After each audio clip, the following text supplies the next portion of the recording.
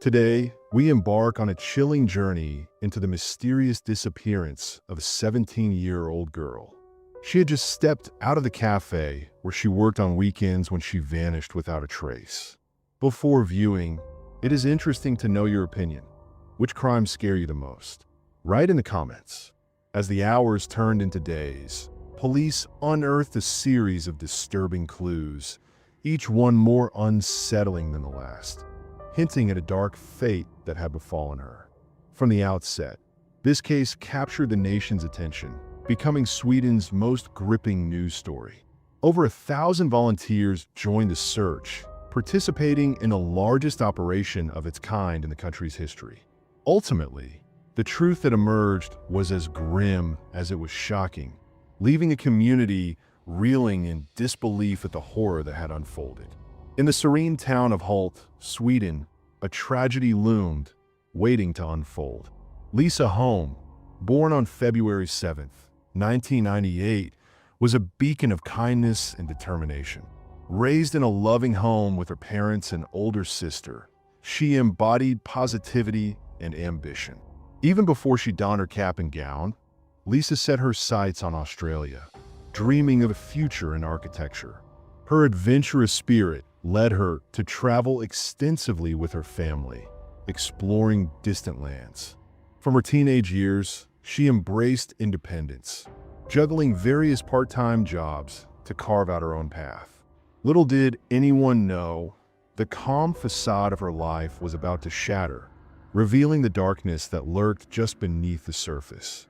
In the summer of 2015, a young girl named Lisa, just 17 years old, stepped into the world of adulthood with her first serious job at a quaint cafe nestled a 40-minute drive from her home.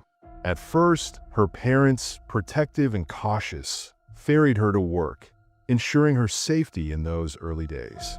But soon her father, perhaps sensing her burgeoning independence, gifted her a scooter, a small but significant vehicle that would change everything. With a license for this two-wheel transport, Lisa felt a thrill of freedom, even as she awaited the day she could drive a car at 18. The scooter was a ticket to autonomy, a chance to navigate the world on her own terms. Yet, in those initial weeks, her father shadowed her in his car, a silent guardian as she ventured onto the roads, her inexperience palpable. She worked only on weekends, but those days were filled with promise and the sweet taste of newfound responsibility. Every morning and evening, her father was there, a steadfast presence in her life, guiding her until that fateful day on June 7th. It was the day he finally allowed her the freedom to drive to the cafe alone. As lunchtime approached, her parents decided to surprise her with a visit, eager to share a meal together. The cafe buzzed with activity, and Lisa found herself swept up in the chaos of the lunch rush. She managed to steal a brief moment for a snack with her parents before they departed, leaving her to the demands of her job. At precisely 6:23 p.m., she sent a text to her father, signaling her departure from work. But just 3 minutes later, her father's phone rang. He answered, but silence greeted him. Only the faint sound of voices lingered in the air, an unsettling prelude to what was to come. In the dim light of the evening, a father found himself gripped by an unsettling feeling.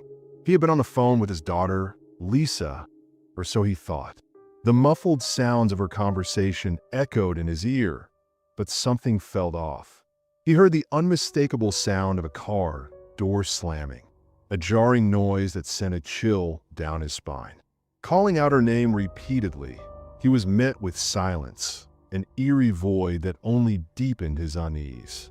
After ending the call, he waited, heart pounding, for her to return home. But as the minutes turned into an hour, worry began to claw at him. She should have been back by now. Panic set in as he considered the unthinkable. What if something had happened to her on that fateful ride? It was her first time, and the weight of that thought hung heavily in the air. Alone on the scooter, a sense of dread washed over him as he thought of her safety. He dialed her number repeatedly, but each attempt was met with silence. Lisa's phone was off. After a few agonizing minutes, her father made a decision that felt heavy with worry. He would hit the road, hoping to cross paths with her. She should have taken the shortest route, but the thought of an accident gnawed at him. He drove slowly, eyes scanning the road for any sign of her, but Lisa was nowhere to be found. Finally, he arrived at the cafe, his heart sinking as he spotted her scooter parked outside, a chilling indication that something was terribly wrong. As the man parked in front of the building, a wave of panic washed over him. He had searched high and low for his daughter, but she was nowhere to be found. Just then, his eyes fell upon her scooter, a glimmer of hope flickering within him. Perhaps she was simply delayed at work. But as he stepped into the cafe, his heart sank. There was no sign of her. Then, his gaze caught the chilling details. Lisa's scooter keys were carelessly left in the ignition, and a helmet dangled ominously from the handle. In that moment, a dark realization settled in. She would never have left the keys behind like that. Something terrible had to have happened to her. In a chilling twist of fate, the car was left abandoned in the parking lot, a silent witness to the unfolding mystery. Meanwhile, Lisa's mother, gripped by fear, reached out to the owner of the cafe, desperate for answers about her daughter's sudden disappearance. But the woman on the other end of the line was unhelpful, claiming ignorance about Lisa's fate. She had summoned her employees around 6 p.m., but the shadows of uncertainty loomed large, leaving more questions than answers. The scene, a sense of urgency, hung in the air. The call from Lisa's mother had sent shockwaves through the small community. Without a moment to lose, the cafe owner jumped in her car, her heart racing as she sped toward the cafe. Along the way, she dialed the numbers of 4 friends, each one a lifeline in this desperate hour, pleading for their assistance in the search. When she finally arrived, the atmosphere was thick with tension, and the stakes had never felt higher. As the sun dipped below the horizon, casting long shadows over the quiet town, a sense of urgency gripped Lisa's family. Together with her father, they scoured the establishment and its surroundings, driven by a flicker of hope that Lisa might have chosen the bus over her scooter. They pored over the bus schedule, and with desperation in their hearts, her mother and older sister raced to the bus stop, praying for a miracle. But as the minutes ticked by, their hopes were dashed. Lisa was nowhere to be found on that bus.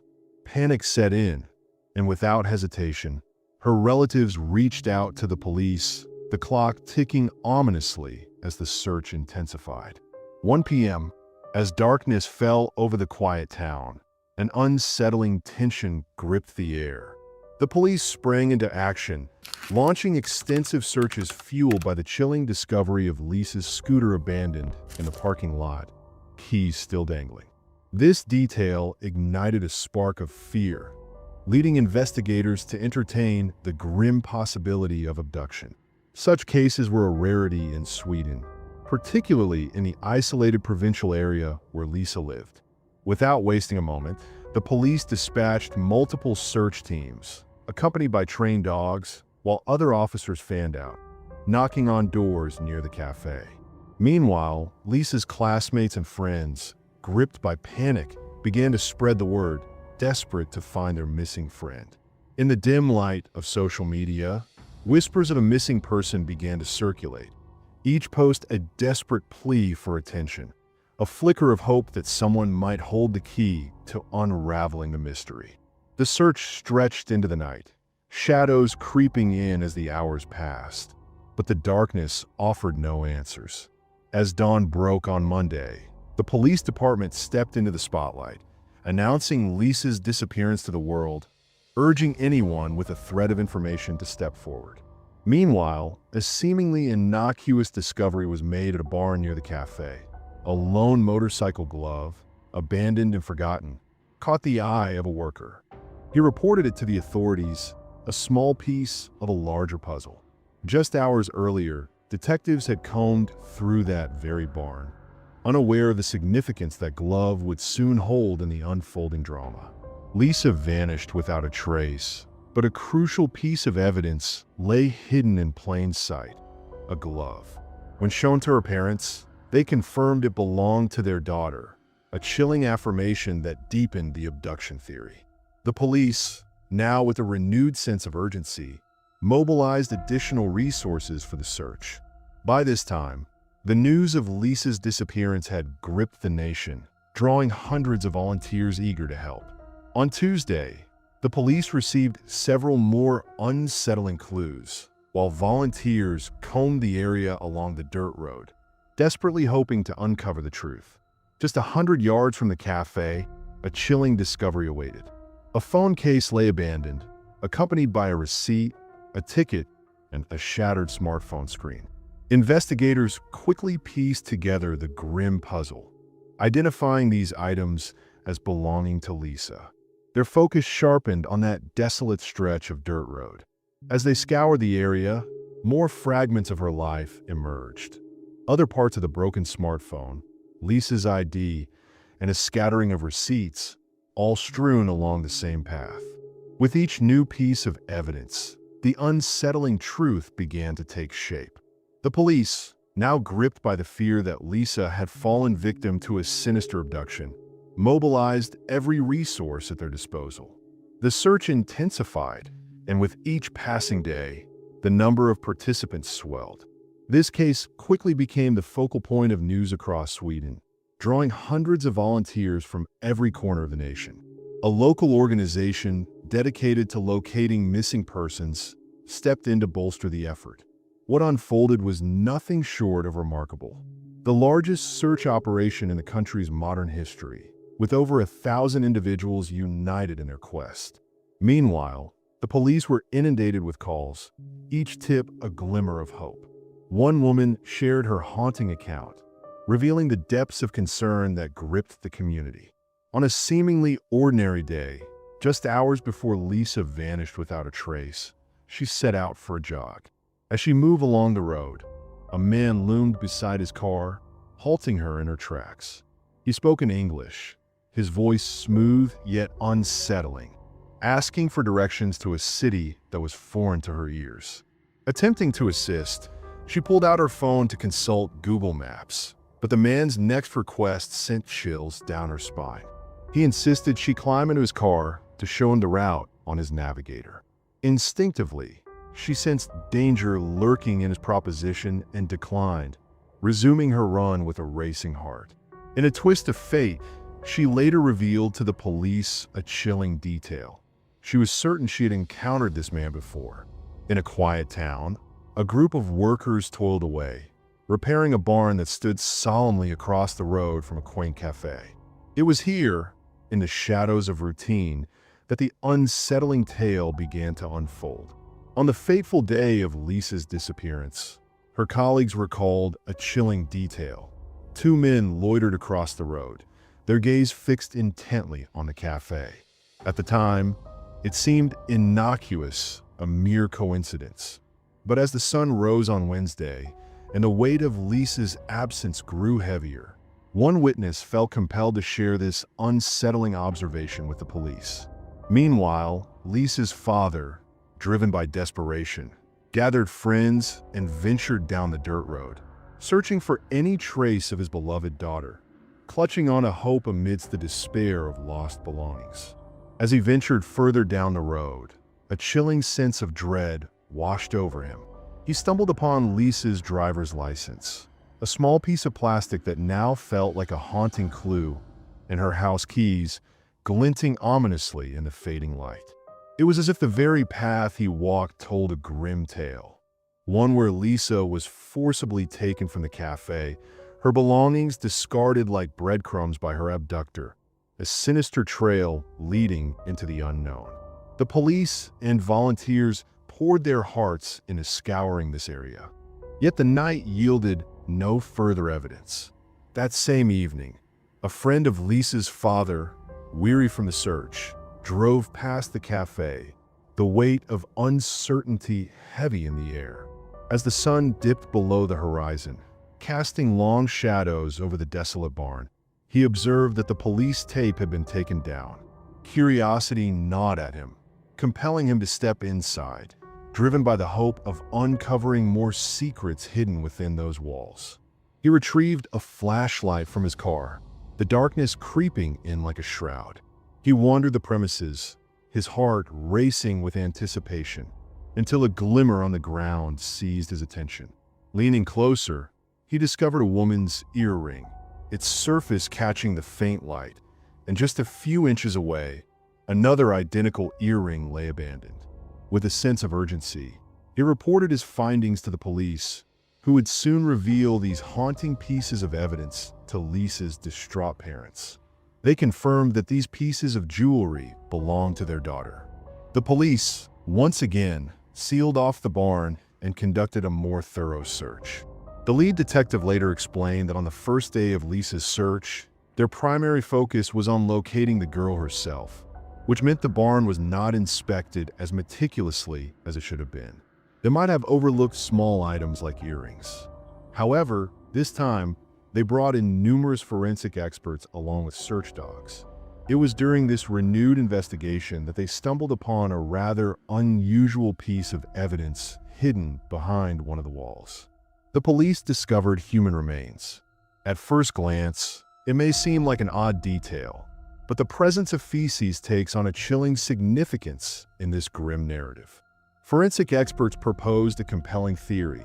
When individuals commit heinous acts, their bodies flood with adrenaline, triggering an uncontrollable urge to relieve themselves. It's not uncommon for killers to lose control, wetting themselves in the moments leading up to or during the act of murder. In the case of Lisa, with her glove and earrings discovered in the barn, investigators speculated that if she had been abducted, the implications of such bodily reactions could reveal a darker truth lurking beneath the surface.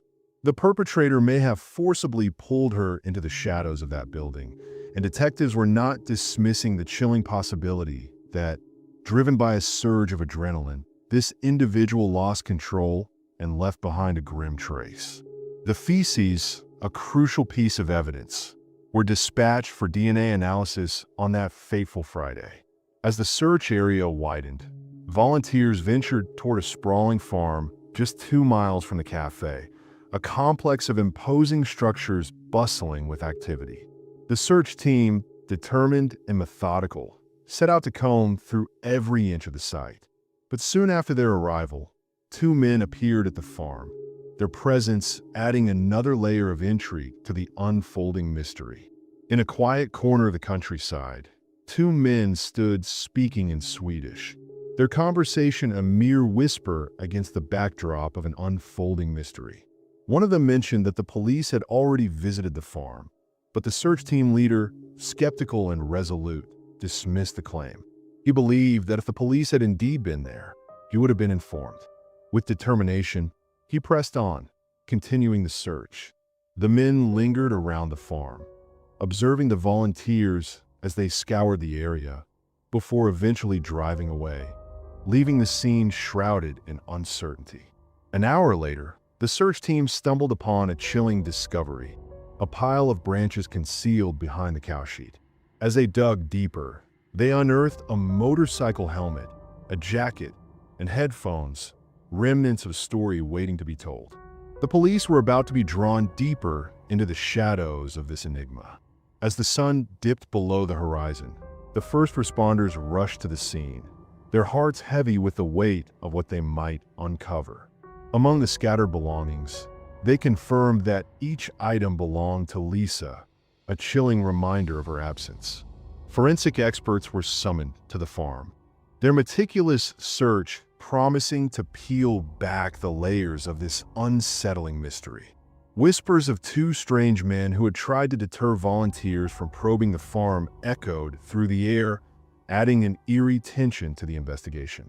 Meanwhile, a jogger recounted her encounter with a suspicious man, his English accent sending shivers down her spine. From the very first days of the search, detectives had their suspicions, having canvassed the nearby houses, each door a potential gateway to the truth lurking in the shadows. In a quiet corner of Lithuania, 2 brothers and the wife of one found themselves isolated, the only souls for miles who couldn't converse in the local tongue. They relied on English, a bridge over the language divide that set them apart in a community steeped in Swedish. But the police, ever watchful, had their suspicions. The brothers toiled in the barn across from the cafe, their hands calloused from labor, and they were no strangers to the farm where Lisa's helmet lay abandoned. The dirt road that cradled Lisa's scattered belongings wound its way to their doorstep, a path that whispered secrets and raised questions. As the investigation unfolded, the threads of their lives began to intertwine with the mystery that loomed over the town. With no other suspects in sight, the police turned their focus to the trio, determined to extract every detail from their accounts. Meanwhile, forensic experts, accompanied by eager volunteers, descended upon the farm, their eyes scanning the landscape for any clues that might unravel the mystery. It wasn't long before they stumbled upon an old trailer, its presence shrouded in tall grass, a relic of neglect that seemed to whisper secrets of the past.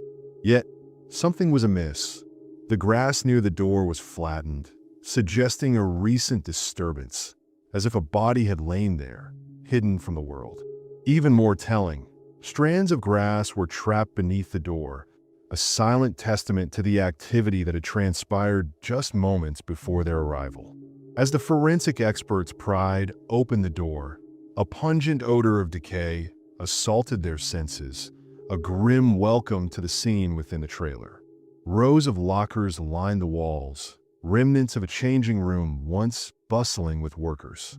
Yet, an unsettling silence hung in the air, for all but one locker remained locked, igniting a chilling suspicion that Lisa's body lay concealed within. With a heavy heart, they methodically began to unlock each compartment, their breaths hitching as they finally discovered the truth. There, in the one locker left ajar, obscured beneath a tangle of old clothes and rags, lay Lisa's lifeless form. The cramped confines of the locker bore witness to a sinister act, a haunting reminder of the darkness that lurked just beneath the surface. In a chilling turn of events, the victim was discovered in a manner that sent shockwaves through the community. Lisa, with a rope cruelly tightened around her neck and layers of tape obscuring her face, lay there, her pants carelessly pulled down and her shirt hiked up. Medical experts would later confirm that her life was snuffed out by strangulation. Yet there were no indications of sexual assault. Every piece of her clothing was meticulously collected and sent to the lab for analysis. As the grim news of her body's discovery spread like wildfire across the nation, the haunting tale of Lisa's abduction had already gripped the headlines in Sweden. When the details of her horrific murder emerged, the public was left reeling, and the case became a dark chapter in the annals of crime. Shook the entire country. Such crimes were extremely rare in Sweden, and people were left in disbelief that someone could commit such a heinous act. On the very day her body was discovered, something unusual and eerily unsettling occurred. YouTube users stumbled upon a video posted just 13 days prior to the murder. The video, ominously titled 13, featured a countdown timer. What sent chills down spines was the name of the channel that uploaded the video, Lisa Holm. News of this video quickly spread throughout the media, leaving many people in a state of shock. I wonder how many people will be able to watch this episode to the end. If you are ready, write "I am brave" in the comments. As the chilling details unfolded, a wave of disbelief washed over the community. The series of uncanny coincidences led some to whisper that perhaps someone had foreseen the horrific crime. Yet, the truth was far less sinister. It emerged that a shadowy figure had merely altered the channel name and video title following the grim discovery of Lisa's lifeless body. Was this a deliberate attempt to ignite a new conspiracy theory, or merely the cruel jest of a heartless prankster? Meanwhile, the police were relentless, pouring every resource into the hunt for the elusive killer. By the time Lisa's body was uncovered, investigators had already summoned 2 suspects for questioning, their every move shrouded in the weight of urgency and despair. In a chilling tale of denial, 3 individuals, 2 brothers and a woman, stood firm in their claims of innocence regarding a brutal murder. They insisted that at the time of the abduction, they were safely ensconced within the walls of their home, each providing alibis for the others. The older brother, Narais, recounted how he was deep in slumber in his room, while his wife busied herself in the kitchen, preparing dinner. Meanwhile, the younger brother was lost in the digital world, engrossed in his computer. Narais further noted that the clock had just struck 8 p.m., marking a moment that would forever change their lives. He awoke in the early hours, a restless mind pushing him toward the gas station.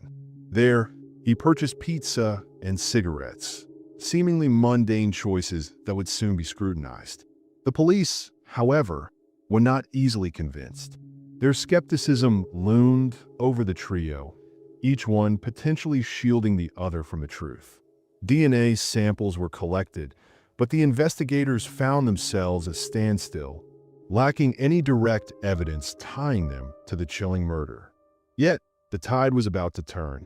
Forensic experts descended upon the barn and the surrounding farm, employing every resource and ounce of manpower at their disposal. Their relentless pursuit of justice soon bore fruit. In the barn, they discovered a small office-like room, its large window offering a view of the café, a silent witness to the unfolding drama.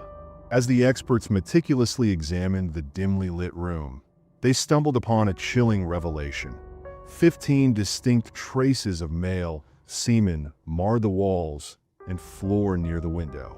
It was as if someone had lingered there, eyes fixed on the bustling cafe below, where employees like Lisa went about their day, oblivious to the sinister presence that had watched them. The samples, collected with urgency, were dispatched to the laboratory, where scientists swiftly extracted DNA profiles. The results sent a shiver down their spines. All 15 traces matched the DNA of the older brother, 35-year-old Narais. The same grim fate awaited the feces discovered in the barn, a haunting reminder that the shadows of his presence loomed large in the next room, a space that had once served a different purpose. In the dim light of the storage facility, forensic experts meticulously examined every inch of the scene. Their eyes landed on a pipe, suspended about 2 feet above the ground, cloaked in a thick layer of dust.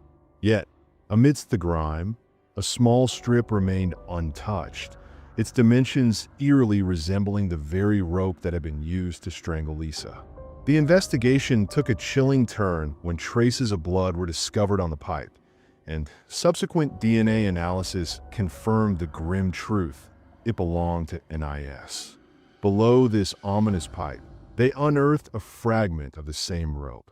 Experts scrutinized it closely, revealing 2 distinct DNA profiles, Lisa's and NIS's. This revelation marked a pivotal moment for the police, forging an undeniable connection between the suspect and the weapon that had extinguished a life. The chilling details began to unfold as investigators combed through the scene. A single hair, unmistakably belonging to Lisa, lay on the floor, whispering secrets of the struggle that had taken place. But that was not all. Her jacket bore the unmistakable DNA traces of Nuri's, a haunting reminder of his presence. With this evidence in hand, the police were convinced that the crime had been committed right there, in that very room. They meticulously pieced together the sequence of events, revealing a sinister pattern. Nuri's had been lurking in the shadows of the cafe, watching, waiting. When the moment was right, he approached Lisa in the parking lot, perhaps under the guise of needing directions to a distant city, a ruse that would lead to unimaginable consequences. In a chilling turn of events, it seems that the perpetrator, with a calculated charm, may have lured Lisa into his car under the guise of needing assistance with his GPS known for her kind-hearted nature. She likely felt compelled to help. But once inside, the nightmare began. With a swift and sinister move, he taped her mouth shut, sealing her fate. The drive to the barn was a harrowing journey, where he wrapped a rope around her neck and hung her from a pipe, a grotesque display of power. Medical experts later revealed that the sight of her suffering ignited a twisted thrill within him, so intense that he lost control and defecated on the floor. After her life was extinguished, he callously placed Lisa's lifeless body back in the car, continuing on his dark path, leaving behind a trail of horror. On a quiet farm, chaos erupted as she tossed her belongings out the window, a frantic escape from the nightmare unfolding. He concealed the body in the trailer locker, shrouding it with old clothes, a desperate attempt to hide the truth. From the moment of the abduction, the perpetrator acted with chilling efficiency, taking less than an hour to execute his dark plan. Despite the mounting evidence against him, he clung to his claims of innocence.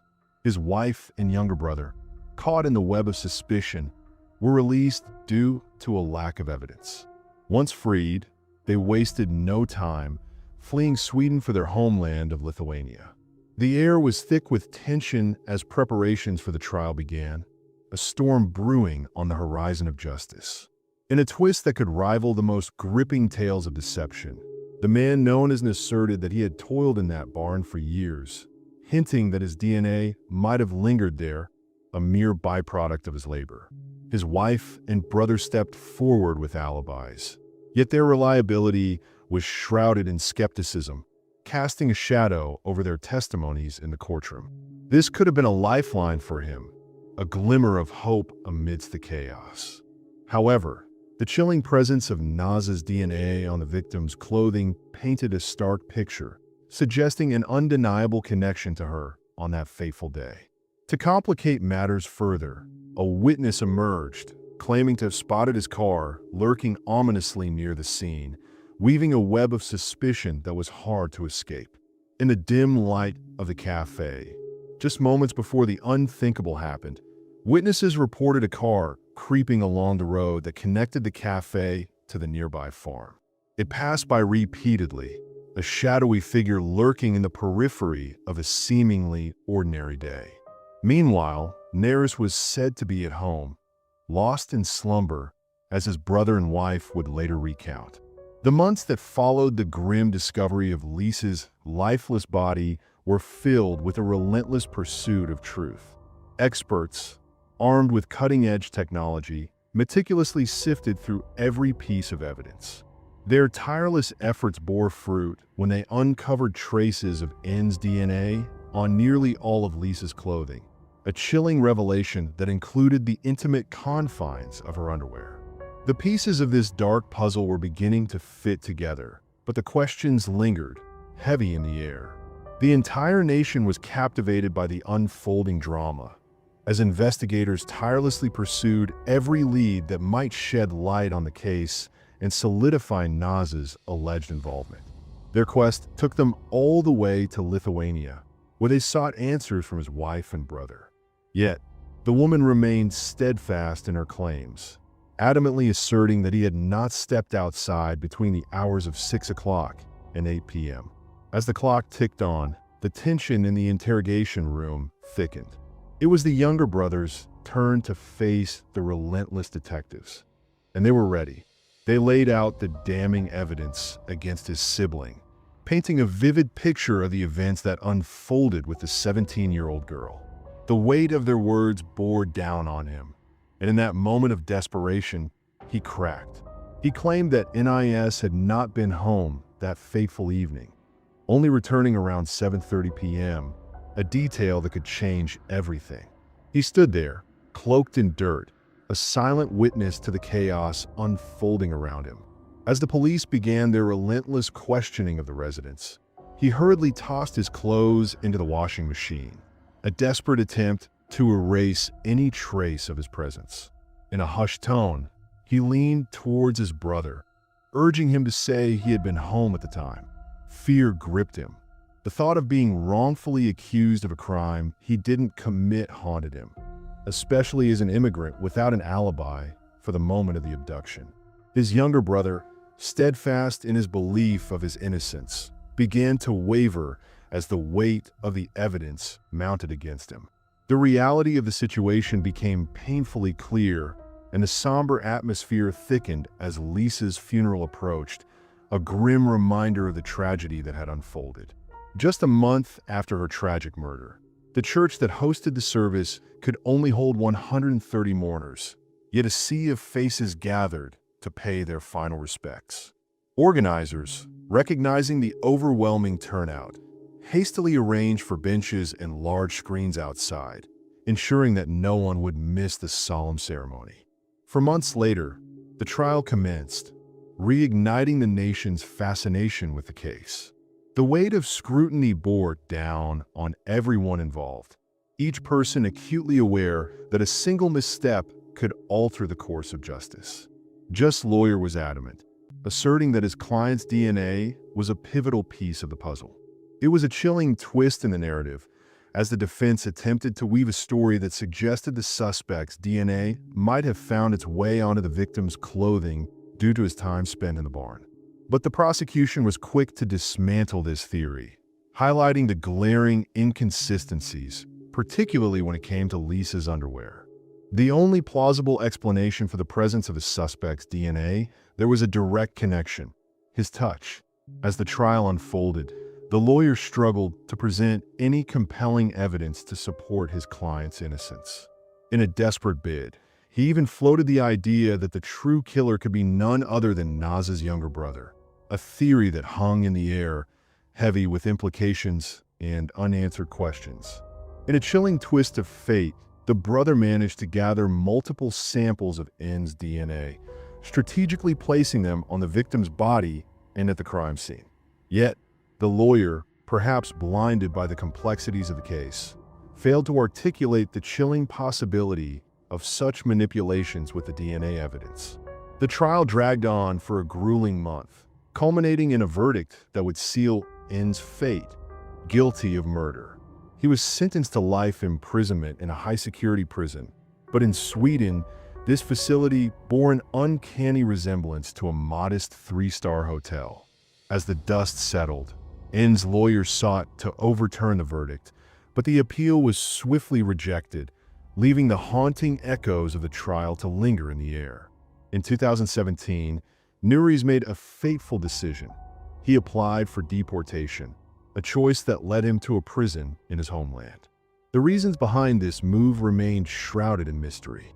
Lithuanian prisons, notorious for their harsh conditions, stood in stark contrast to the relative comfort of Swedish facilities.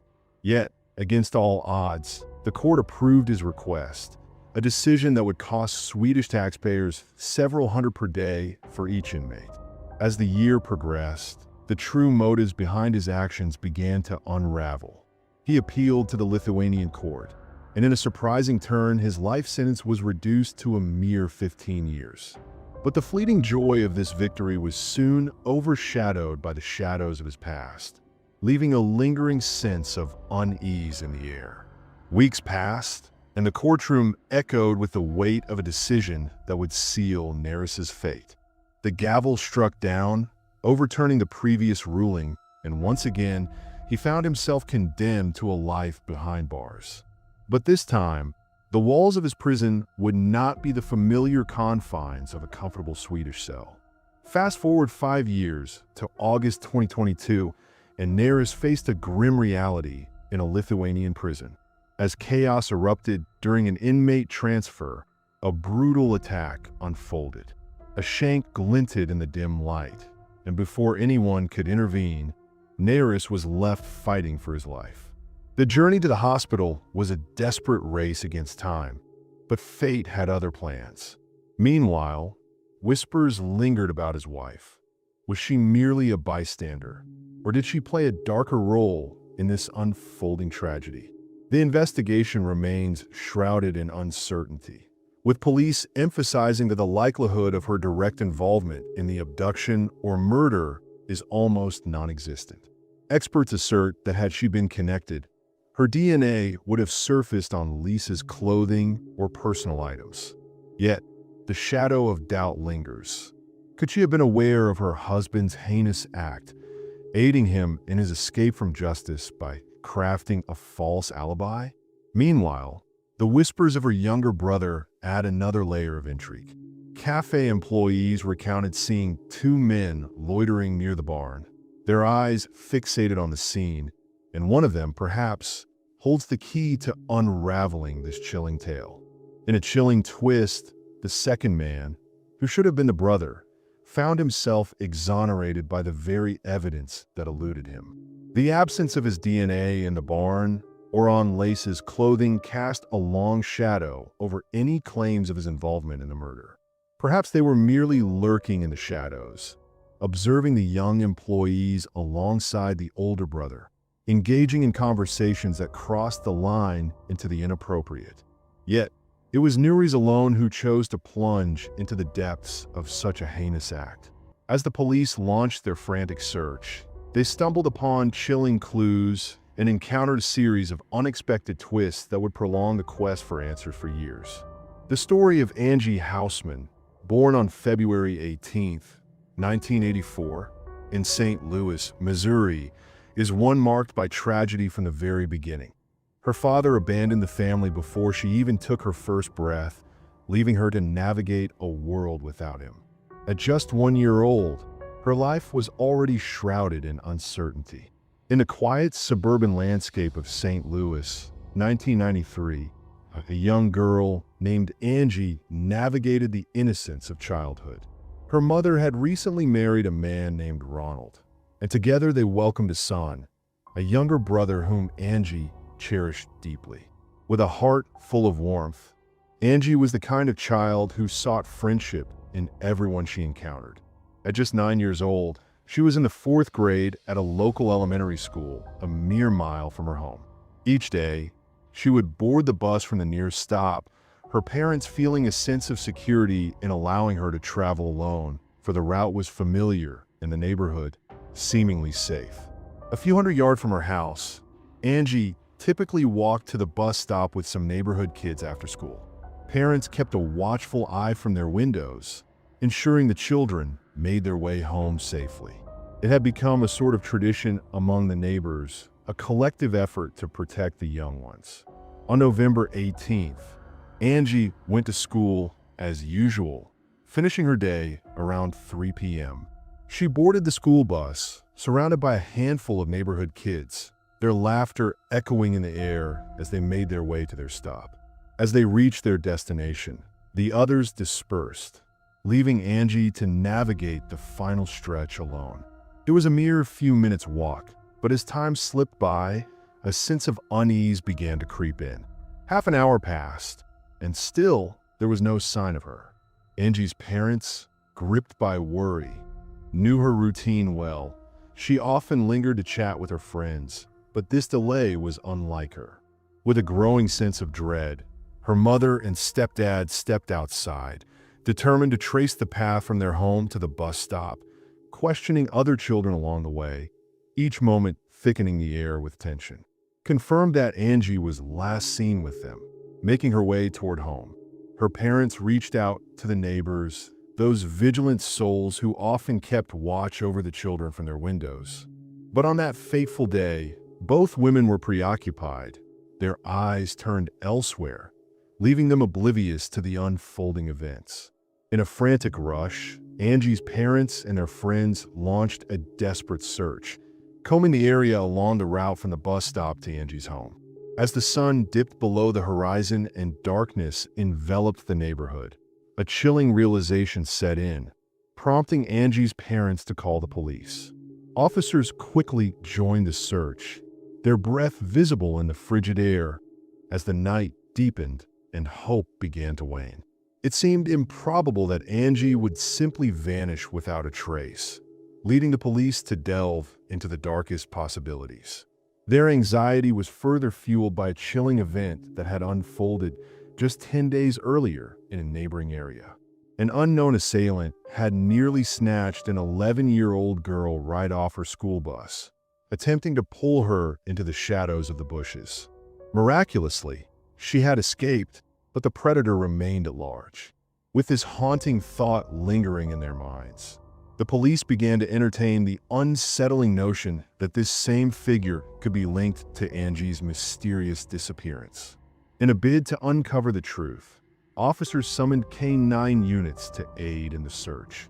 As the units and their loyal dogs arrived at the bus stop, they caught a whiff of Angie's scent, a fleeting trace that led them on a tense journey halfway to her home. But then, just as suddenly as it had appeared, the scent vanished, hinting at a chilling possibility. Angie may have slipped into a vehicle, a dark sign of potential abduction. In a desperate bid to find her, the police unleashed helicopters equipped with thermal sensors, scouring the banks of a small stream that wound near her home. Yet, despite their efforts, the search yielded nothing. No sign of the girl, no trace of her belongings. By the dawn of the second day, with hope dwindling, the police turned to the media, seeking the public's help in unraveling the mystery of Angie's disappearance. In a chilling turn of events, the news of Angie's disappearance swept through the city like wildfire. Within a single day, the police department was inundated with over 300 calls, each one a desperate plea for answers. The sheer volume of tips forced them to bring in more than 20 additional officers. Yet despite their best efforts, none of these leads brought them closer to finding the girl. As the investigation unfolded, detectives left no stone unturned, and from the very beginning, they turned their scrutiny toward Angie's stepdad. He vehemently denied any involvement in her vanishing, insisting he would never lay a hand on her. In a bid to clear his name, he agreed to take a polygraph test and submit to any other checks necessary. But the shadows of doubt lingered in the air. The police, weary of chasing shadows, turned their attention to the urgent task of finding Angie. In a twist of fate, investigators tracked down Angie's biological father, only to uncover a chilling revelation. He had never met his daughter. Yet, according to her mother, he had been seen lurking in the vicinity, watching Angie play in the yard. This unsettling detail raised eyebrows among the detectives, but the man possessed an unshakable alibi. As the third day dawned, the FBI entered the fray, and the local police department poured even more resources into the investigation. It was clear to all involved that something sinister was at play. In the chilling depths of winter, a dark fate loomed over Angie. The streets, unforgiving and frigid, seemed an impossible refuge for a young girl. As the investigation unfolded, a glimmer of hope emerged when the police caught wind of a potential suspect. A witness had reported a peculiar man, his blue sedan creeping through Angie's neighborhood, a sight that sent shivers down the spine. His description eerily echoed that of a girl who had narrowly escaped a sinister fate just 10 days prior to Angie's vanishing. With urgency, investigators crafted a composite sketch, a haunting image that would soon grace the news. Volunteers, driven by desperation, blanketed the area with thousands of flyers, each one a plea for answers in a case that grew darker by the day. The identity of this man remained shrouded in mystery, as the girl's disappearance captured the nation's attention, splashing across television screens and igniting a flurry of leads. The police, relentless in their pursuit, scrutinized each tip that came in, yet none brought them any closer to uncovering the fate of Angie. As the case gained notoriety, psychics began to emerge from the shadows, dialing Angie's home to share their supposed visions. One particularly bold psychic insisted that the girl was still alive, even pinpointing a location, a sprawling national park, a mere 25 miles from Angie's home. But the detectives, steadfast in their methods, dismissed these claims, focusing instead on the tangible evidence before them. In a chilling twist, a $10,000 reward was put on the table for any leads regarding Angie's disappearance, igniting a surge of tips that flooded the investigation. As detectives delved deeper, they stumbled upon a disturbing revelation. Just days before she vanished, Angie confided in her teacher about a supposed nature trip with her uncle. But there was a sinister catch. There was no uncle, and her parents were left in the dark, completely unaware of their daughter's cryptic plans. This unsettling detail led investigators to ponder a haunting possibility. Could Angie have known her abductor before that fateful day? She referred to him as her uncle, and the conversation with her teacher raised more questions than answers. Days passed, and the detectives found themselves at a standstill, grappling with the enigma of this mysterious man. But then, on November 27th, just 9 days after Angie vanished, a hunter stumbled upon a chilling discovery. He had ventured into the national park when he spotted something that would send shockwaves through the community, a human body concealed in the woods. When the police arrived at the scene, they were met with a nightmarish sight.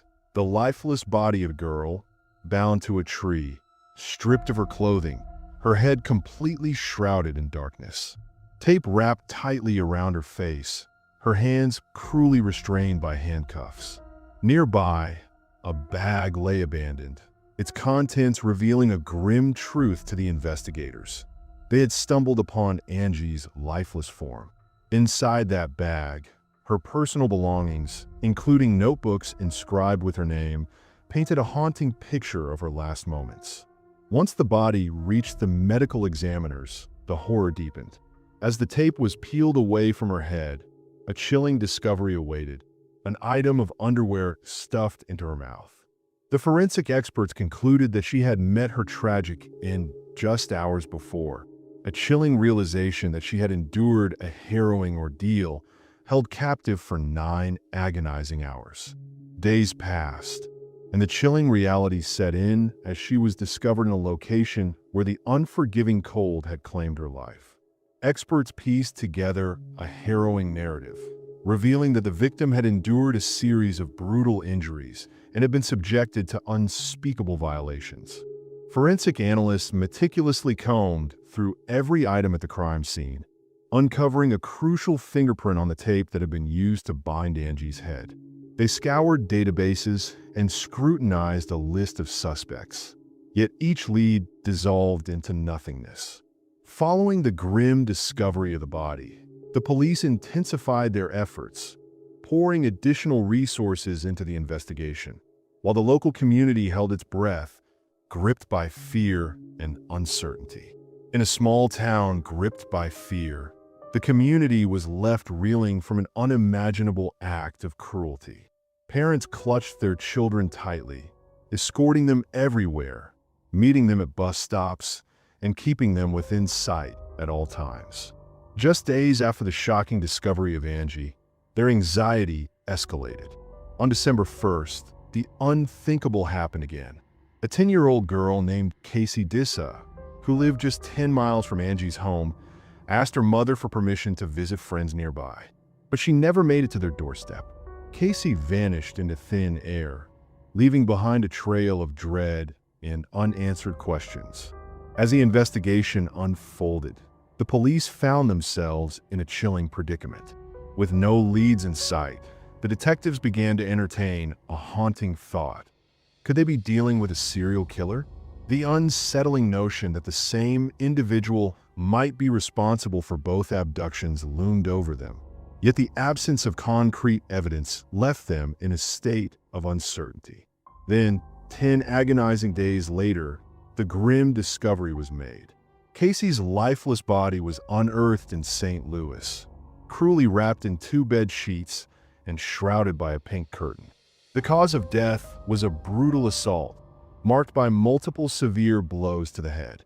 As the detectives delved deeper into the case, they found themselves grappling with a lack of clues that could lead them to the elusive killer, intensifying the urgency of their search.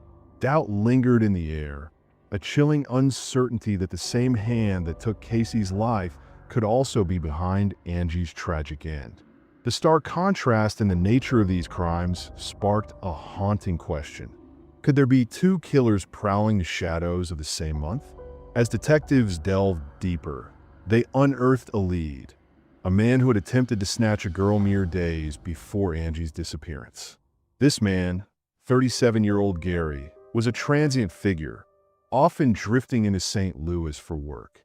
With urgency, investigators scrutinized him for any connection to the 2 murders, but the truth was a bitter pill. He possessed a rock-solid alibi, proving he was far from the city when the darkness descended.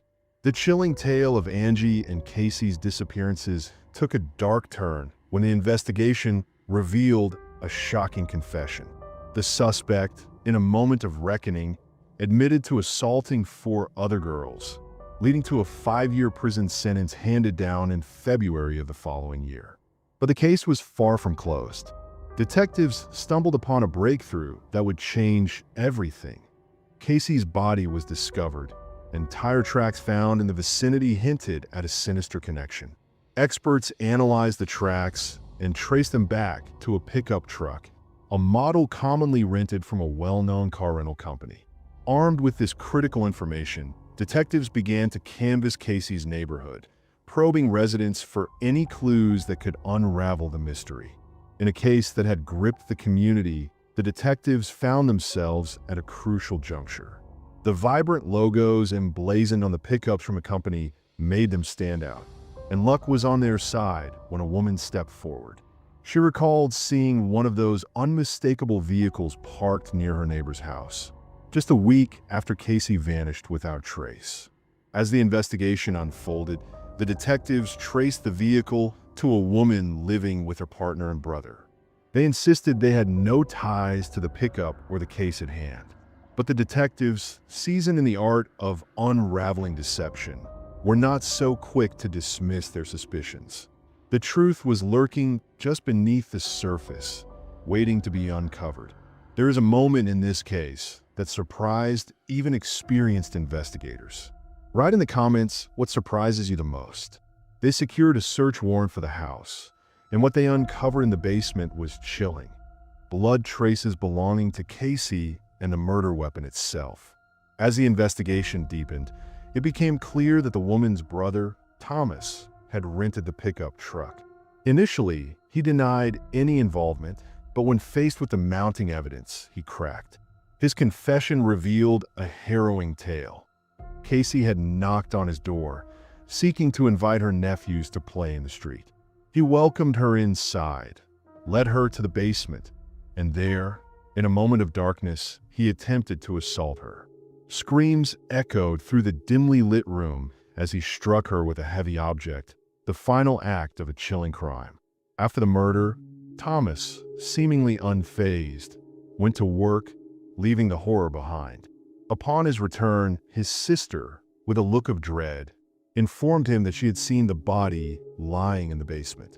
Yet, she was quick to add that she didn't want to know the details of the gruesome event and insisted they dispose of it swiftly. For an entire week, Casey remained hidden in the shadows of the basement, while frantic searches unfolded above.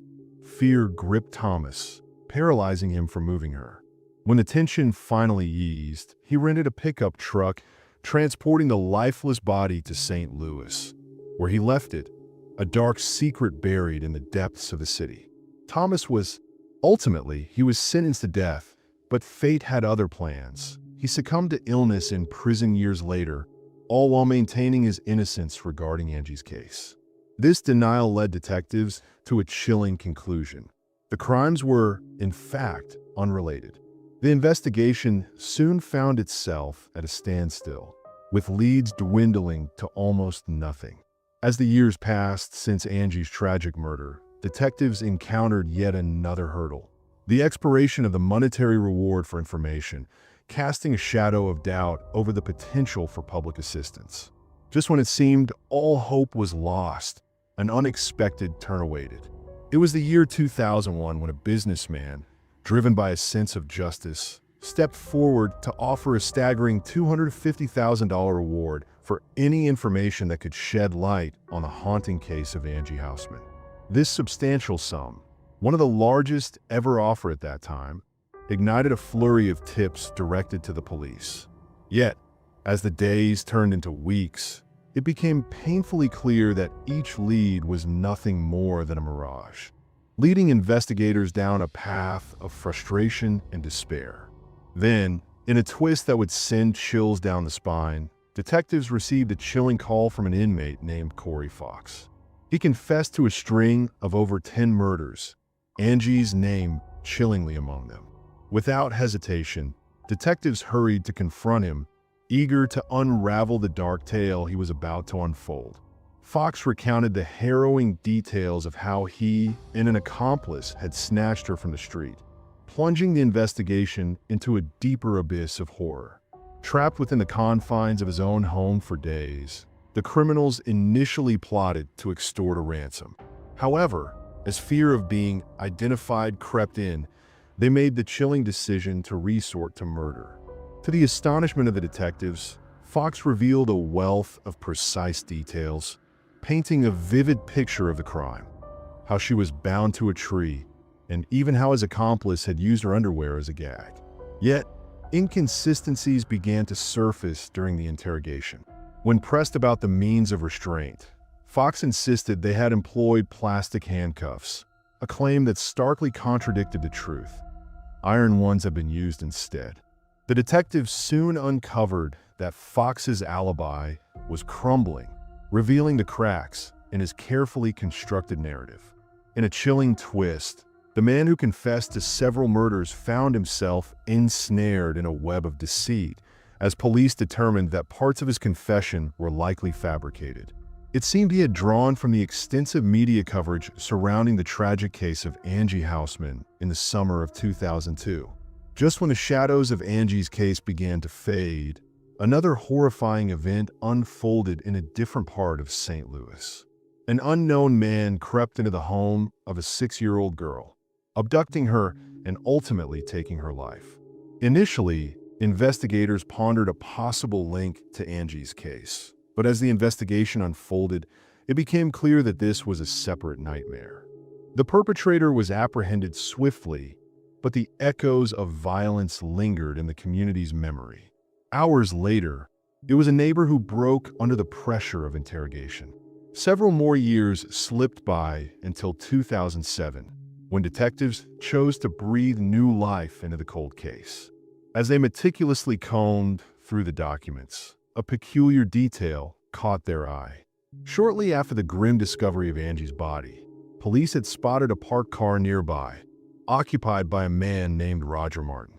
When questioned about his presence, Roger insisted he was merely in the area for a hunting trip. Yet, a cursory inspection of his vehicle revealed a chilling absence. No hunting gear in sight. This unsettling find prompted the new detective team to dig deeper into the shadows of that fateful day. As the investigation unfolded, the spotlight turned to Roger, a man with a shadowy past. It was revealed that he had a criminal record marred by offenses against children, a chilling detail that sent shivers down the spine of those following the case.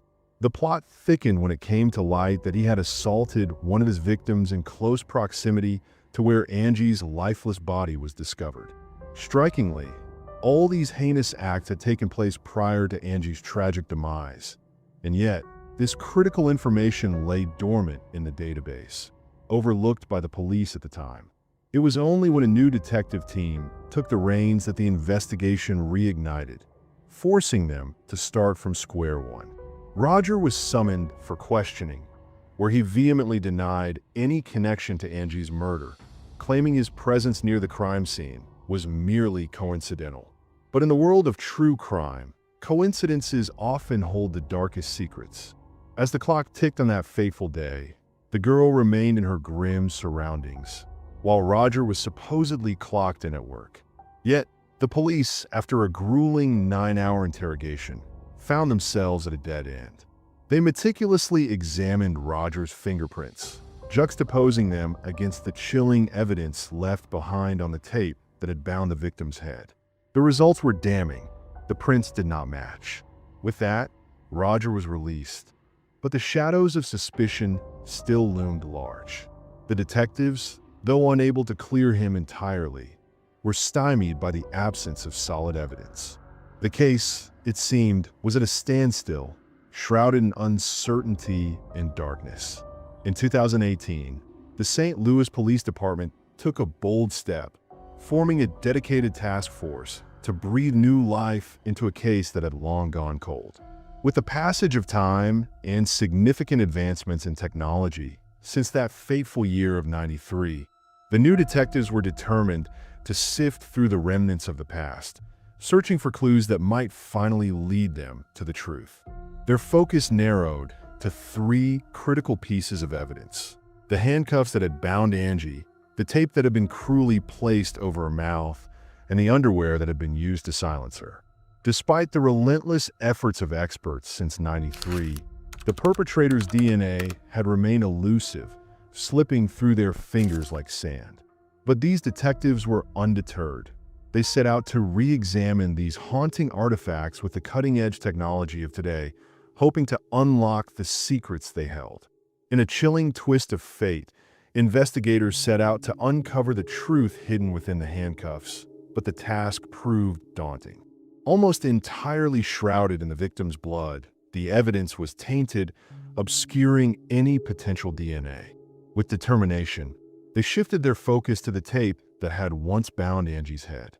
However, upon opening the box, they were met with a disheartening sight. The tape had crumbled to dust over the years, leaving them with nothing but fragments of a past crime. Undeterred, they turned their attention to the underwear, though hope was a fragile thread. Having been lodged in the victim's mouth for hours, it seemed likely that any trace of foreign DNA had been obliterated, leaving the investigators grappling with the shadows of what once was. Pursued it as a last resort, employing state-of-the-art technology, they meticulously inspected every inch of the underwear, and at last there was a breakthrough. A tiny sample of unfamiliar DNA was discovered, sufficient for analysis. Experts confirmed the DNA belonged to a male, immediately uploading it to the FBI database. In such cases, it's pretty common not to find any matches, requiring additional efforts to identify the person. However, luck was on the detective's side this time. As soon as the DNA sample was uploaded, in a chilling twist of fate, the DNA evidence led investigators to a name that had long been shrouded in shadows: 58-year-old Earl Cox. A man whose life had been marked by a series of dark encounters with the law. Cox had been behind bars since 2003, yet he had never once crossed the police's radar in connection with Angie's case. His criminal history was a tapestry of transgressions, beginning with his first brush with the law during his military service in 1982 in Germany. There, while working as a babysitter, he was accused by 4 young girls of unspeakable acts. The verdict was an 8-year prison sentence in the United States, but the Army discharged him after just 3 years. With a new lease on life, he relocated to St. Louis, unaware that his past would soon come back to haunt him. For years later, Earl found himself in handcuffs once more, this time facing accusations from 2 innocent 7-year-old girls who claimed he had assaulted them. Though the charges were ultimately dropped due to a lack of evidence, the mere act of his arrest was enough to breach the terms of his parole, resulting in an additional year behind bars. Upon his release in 1992, he sought refuge in St. Louis, where family ties awaited him. But just a year later, a dark shadow loomed as he appeared to have abducted and killed a young girl named Angie, a chilling tale we will explore in due time.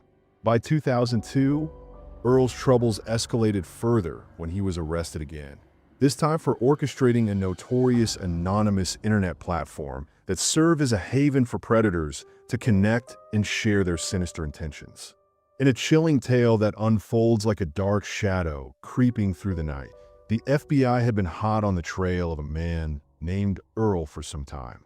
He fell into a trap set by an undercover agent masquerading as a 14-year-old girl.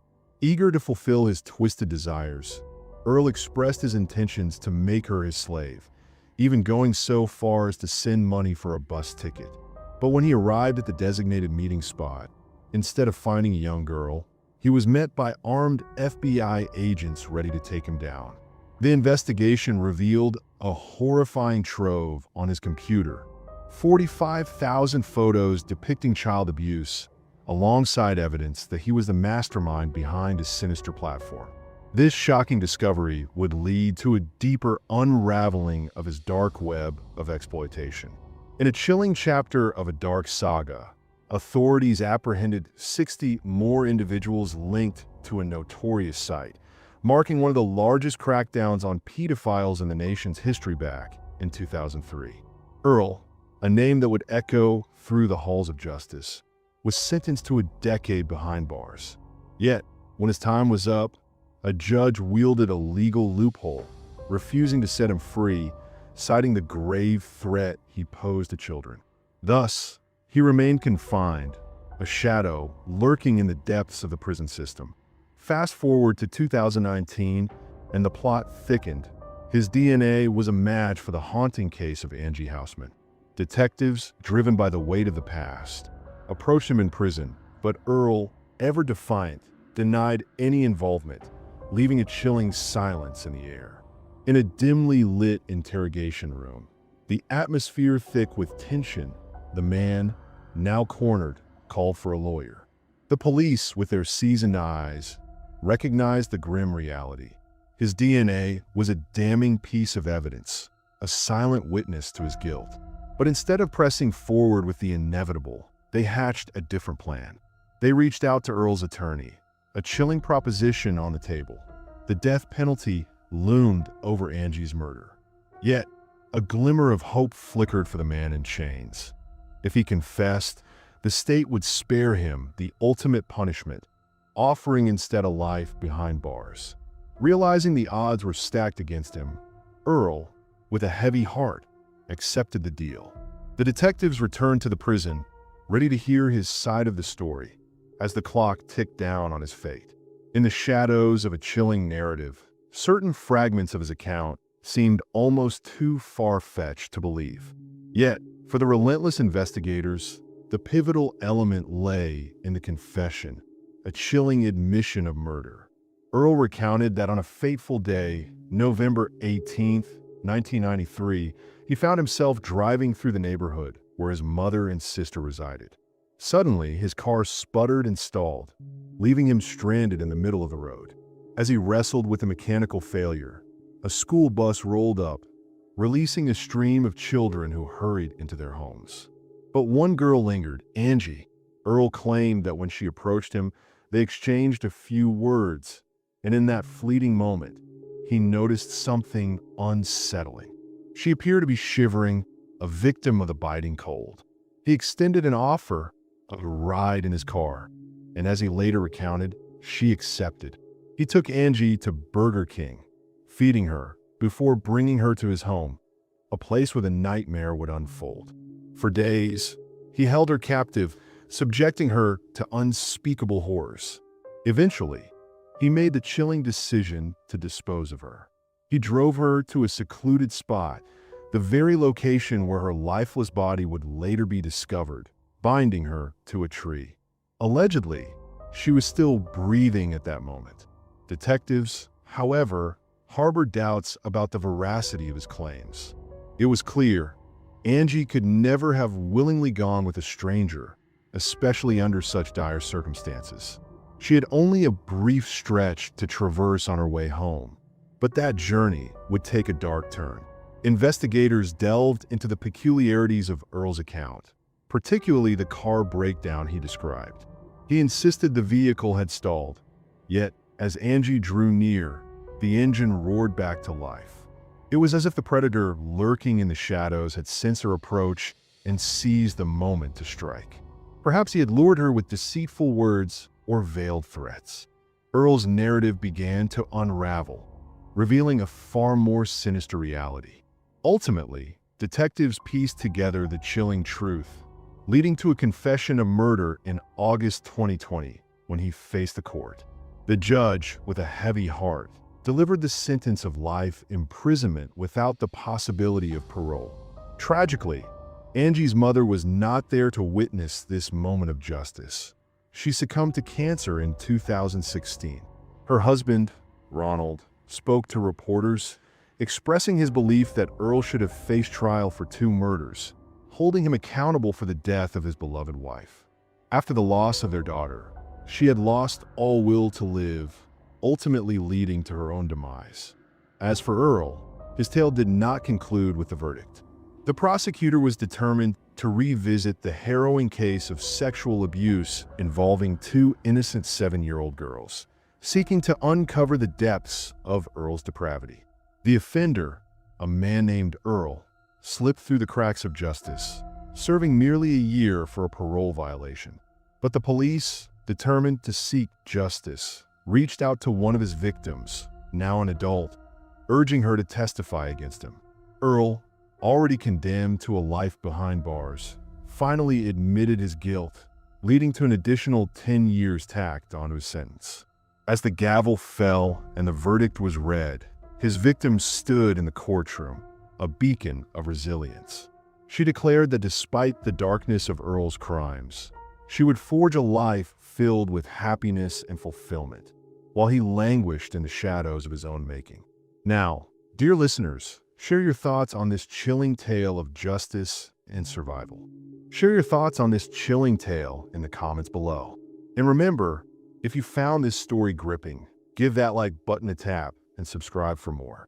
In a chilling tale that gripped the nation, a young woman disappeared just 2 days shy of her birthday, leaving behind a trail of unanswered questions and a community in turmoil. Before we learn all the details, what do you think? Was this crime solved or not? Write your bet in the comments. From the moment the investigation began, law enforcement stumbled upon a series of unsettling clues, each one hinting at a dark fate that may have befallen her. Yet, despite the mounting evidence, the search for answers stretched on for more than a decade, shrouded in mystery and frustration. It wasn't until 12 long years had passed that the shocking truth emerged, igniting outrage across the country as the reality of what had transpired became painfully clear. Caitlyn Markham, born on a fateful August day, became a name synonymous with tragedy and the relentless pursuit of justice. On a fateful day in June 1989, in the quiet town of Fairfield, Ohio, a girl named Caitlyn was born into a warm and nurturing family. With her loving parents and a younger sister by her side, she thrived in an environment filled with laughter and friendship. Even as a child, Caitlyn possessed an uncanny ability to connect with others. She could effortlessly draw out the shyest kids on the playground, transforming their timid smiles into bursts of laughter. A creative spirit at heart, she found joy in singing, drawing, and all things artistic. This passion would ultimately guide her career choices, leading her to enroll in a local university after high school to pursue a degree in graphic design. But as the summer of 2011 approached, the promise of her future hung in the air, tinged with an unsettling sense of foreboding. It was a day that would mark a significant turning point in Caitlyn's life. She was on the brink of her final exams, her mind racing with thoughts of a big move to Colorado alongside her fiancé, John. The couple, bound by 6 years of love and commitment, had become engaged just a year prior. They envisioned a bright future together in a new city, eagerly anticipating their wedding after the relocation. But on the morning of August 14th, as Caitlyn prepared for her shift at the bridal shop where she worked part-time, an unsettling silence enveloped her world. Her loved ones reached out, their calls echoing unanswered, a growing sense of dread creeping in as the hours passed without a word from her. To take action, he couldn't shake the feeling that something was terribly wrong. As the sun dipped below the horizon, casting long shadows over the quiet streets, he made the decision to reach out to her friends, hoping they might have seen her or heard from her. Each unanswered call and text only deepened the pit in his stomach. The clock ticked ominously, and with every passing hour, the weight of dread settled heavier on his shoulders. By nightfall, the air was thick with anxiety, and John knew he had to do more. He gathered Caitlyn's family, and together they began to piece together the last known movements of the woman they loved, unaware that the night would unravel into a search that would change everything. As the sun dipped below the horizon, John made his way to Caitlyn's apartment, a nagging worry gnawing at him. Her car sat innocently in front of the modest complex, a stark contrast to the unease that settled in his gut. He pushed the door open, finding it unlocked, a detail that would later haunt him. Inside, the silence was deafening, broken only by the soft whimper of her dog, alone and confused. Caitlyn was nowhere to be found, and the apartment bore no signs of struggle or chaos.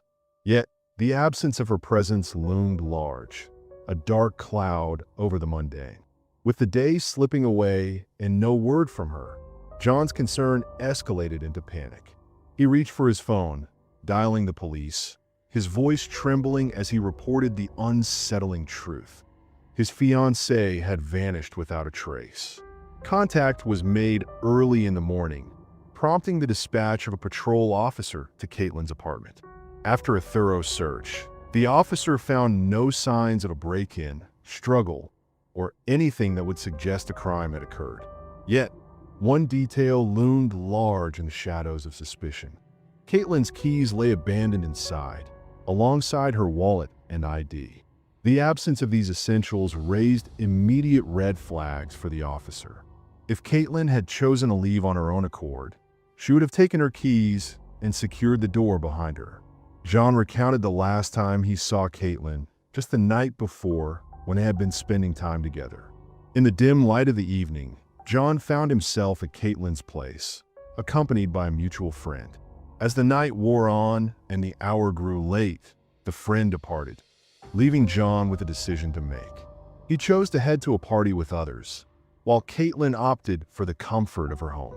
Hours later, John returned to the familiar walls of his mother's house, where he and Caitlyn exchanged a few messages. But then, silence fell. Caitlyn, who had always replied to his morning texts, suddenly vanished from the conversation. Concern began to creep in as investigators reached out to Caitlyn's friends and family, only to discover that none had heard from her since the previous evening. The clock was ticking, and the mystery deepened with each passing moment. Everyone was adamant that Caitlyn wouldn't simply vanish without a trace. It was utterly out of character for her. With her final exams looming and her birthday just days away, an occasion she had eagerly planned to celebrate at a local restaurant with her loved ones, her sudden disappearance raised alarm bells. Armed with this unsettling information, the police began to fear the worst. They initiated a search operation, rallying over 100 volunteers, dividing them into groups, and sending them out to scour the city for any sign of Caitlyn.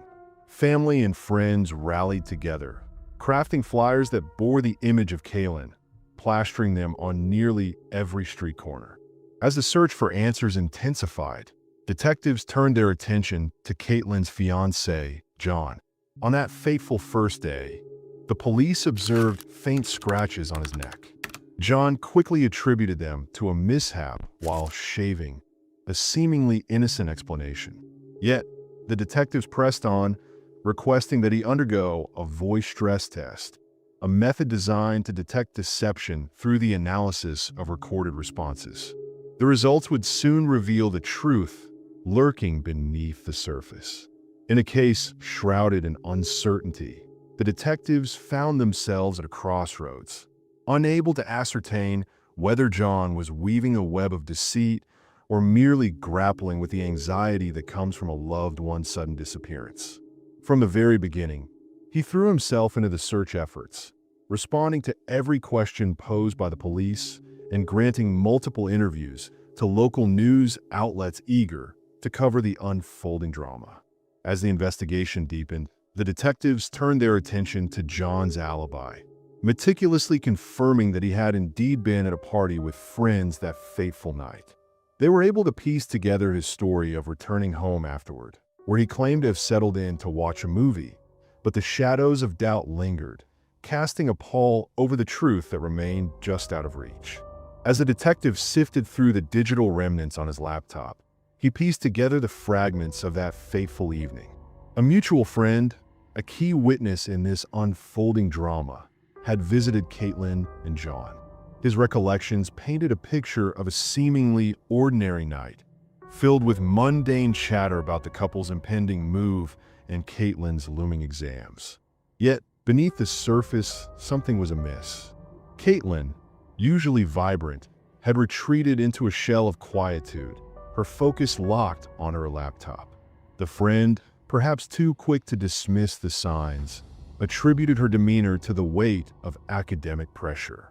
But as the detective contemplated this information, he couldn't shake the feeling that the truth was far more complex than it appeared. The likelihood of something darker lurking beneath the surface grew with each passing moment. John's connection to the case appeared tenuous at best, prompting investigators to redirect their efforts toward alternative leads. It was after securing a warrant to monitor Clynn's phone that a chilling detail emerged. The device had been switched off at precisely 12:06 a.m. days past, and the silence grew heavier. The last known activity was a photo sent to Jen, timestamped just 30 minutes before everything went dark. It matched his story, but despite relentless searching, Caitlyn remained elusive. The police intensified their efforts, and soon, a wave of volunteers surged to join the hunt, each person driven by the hope of uncovering the truth. As the national media descended upon the small town, the search for Caitlyn intensified. Teams combed through dense forests, sifted through murky waters, and explored forgotten buildings, yet every lead turned cold. Weeks slipped by, and with each passing day, the police remained empty-handed, unable to uncover a single clue about Caitlyn's fate. John, her fiancé, remained at the forefront of the search, tirelessly rallying support and resources. But as time wore on, whispers began to circulate among the townsfolk, casting a shadow of doubt over his involvement. Accusations began to swirl, and eventually, they reached John himself. In a desperate bid to quell the rising tide of suspicion, he stepped forward to confront the mounting rumors, declaring his innocence. In the shadowy corners of a community gripped by fear, one man's singular focus was to bring Caitlyn home. The weight of the allegations hung heavy in the air, but the investigators were quick to clarify. They had no solid reasons to suspect John. His alibi was airtight, a fortress of truth. He had opened his home to them, no warrant needed, and had complied with every request, a model of cooperation in a time of turmoil. Yet, beneath the surface, frustration simmered. One fateful day, while he plastered flyers on the street, a woman approached him, her words cutting through the tension, igniting a flicker of hope amidst the chaos. The case she spoke of was shrouded in suspicion, with many convinced that the boyfriend was the perpetrator, all while she was unknowingly conversing with him. The relentless search for Caitlyn dragged on for months, but as time passed, the investigators faced the grim reality of calling it off. Despite their tireless efforts, not a single clue had emerged. The police, now at a crossroads, shifted their focus to the investigation, determined to pursue any new leads that might surface. By this point, Caitlyn's story had captured national attention, leading detectives to sift through hundreds of tips. Each one was meticulously examined, yet none bore the weight of truth. As the search for the missing young woman dragged on, the authorities felt the weight of desperation. They raised the reward for information to a staggering $50,000 within just a few months. But the case remained shrouded in silence for nearly a year. Then, in a turn of fate that no one saw coming, police in Miami apprehended a 28-year-old man for assaulting a college student. At first glance, it appeared to be a separate incident, a mere coincidence. But as detectives delved deeper into Caitlyn's case, a chilling connection emerged. This man had been living right across the street from her apartment complex at the time she vanished. Detectives traveled to the vibrant streets of Miami, intent on unraveling the mystery of Caitlyn's disappearance. They sought to pinpoint his whereabouts on that fateful night. After an exhaustive investigation, the evidence revealed a chilling truth. He had no chance to commit the crime, and thus, he was exonerated as a suspect. The case, however, remained shrouded in silence for another year. Then, on April 10th, 2013, a man from the quiet town of Cedar Lake, Indiana, embarked on a quest for scrap metal along a secluded road bordering a dense thicket. As he meandered past the trees, he stumbled upon a sinister bundle of black tar. Driven by curiosity, he approached it, only to be met with a horrifying revelation. It all began with a chilling discovery: human bones unearthed in a secluded area. The finder, gripped by dread, wasted no time in alerting the authorities. Officers arrived, and the grim task of sending the remains to a lab for analysis commenced. As the search expanded, another bag emerged from the earth, revealing a solitary skull. Experts with a practiced eye swiftly confirmed the remains were human. The identification process unfolded, and the name echoed through the air: Caitlyn. The revelation struck like a thunderclap. Caitlyn had been dead all along. With this knowledge, the police's suspicions solidified into certainty. They were entangled in a murder case. Someone had dismembered her body and transported the pieces across state lines, leaving behind a trail of horror. The killer, it seemed, had not even attempted to cover their tracks. In a grim twist of fate, the remains lay abandoned beside a heap of refuse, their condition so far gone that forensic experts found themselves at a loss. The stench of decay hung heavy in the air, obscuring any significant clues that might have revealed the truth. Yet, amidst the horror, a single detail emerged: a stab wound on one of the arm bones, a chilling testament to the violence that had unfolded. Though the precise cause of death remained shrouded in mystery, the medical examiners were unequivocal. This was a homicide. The discovery of the remains across state lines added another layer of complexity to the investigation, as law enforcement from both Indiana and Ohio scrambled to piece together the fragments of a dark and troubling narrative. In a chilling twist of fate, the team joined forces, yet their combined efforts yielded little progress. However, they reached a haunting conclusion. The body had likely been stashed away before its grim relocation to the woods. It seemed the killer, gripped by fear of discovery, opted to move the remains to a more secluded grave. In 2015, Caitlyn's father, driven by desperation, sought the expertise of a private investigator, convinced that the local police were not dedicating enough resources to unravel the mystery. The investigator embarked on a relentless pursuit of truth, delving deep into Caitlyn's story. Relatives and friends rallied together, their whispers echoing through the shadows of uncertainty as they honed in on two potential suspects. This crucial information was handed over to the police, yet the detectives' findings remained shrouded in silence. That same year, the reward for information swelled to a staggering $75,000. But the allure of money did little to unravel the enigma that gripped the community. Kin's father, fueled by desperation, fought tirelessly to shift the case from the local police to the county authorities. By the end of 2015, his perseverance bore fruit. A new team of detectives stepped into the fray, ready to dissect the case from its very roots. In 2016, detectives faced a chilling dilemma. They had a prime suspect in their sights, a figure they believed was intricately woven into the fabric of the murder, yet the evidence remained elusive, slipping through their fingers like sand. The identity of this suspect was shrouded in secrecy, a dark shadow that loomed over the investigation, which once again fell into a haunting silence for years.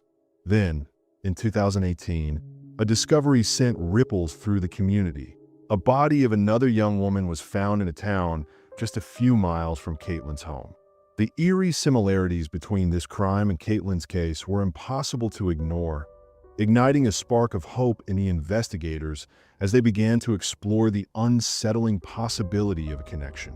They soon, in a chilling turn of events, investigators uncovered a suspect named Michael, a man who had been lurking in the shadows, stalking the victim for weeks before the unthinkable happened. As detectives delved deeper into the case, they sought any connections between Michael and Caitlyn, initially coming up empty-handed. However, their persistence paid off when they stumbled upon a startling revelation. a social media photo from a music festival where Michael was captured standing next to Caitlyn's fiancé, John.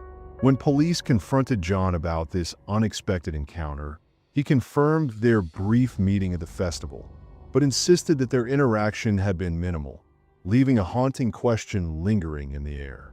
In a twist that seemed almost scripted, investigators found themselves at a dead end, unable to unearth any further ties between Michael and Caitlyn, leaving the chilling murder shrouded in mystery. This unsettling silence persisted until 2023, when the unexpected broke through the fog of uncertainty. Authorities made a startling announcement. The first arrest in Caitlyn's case had been made. A man named Jonathan, described as a close friend of both Caitlyn and her fiancé, was taken into custody. Initially, the police kept the details of this arrest tightly under wraps, but 2 months later, they dropped another bombshell. Caitlyn's fiancé, John, was also arrested, plunging the case deeper into intrigue and suspicion. It was only after the dark cloud of suspicion loomed over him that investigators decided to unveil the secrets they had meticulously gathered over the years.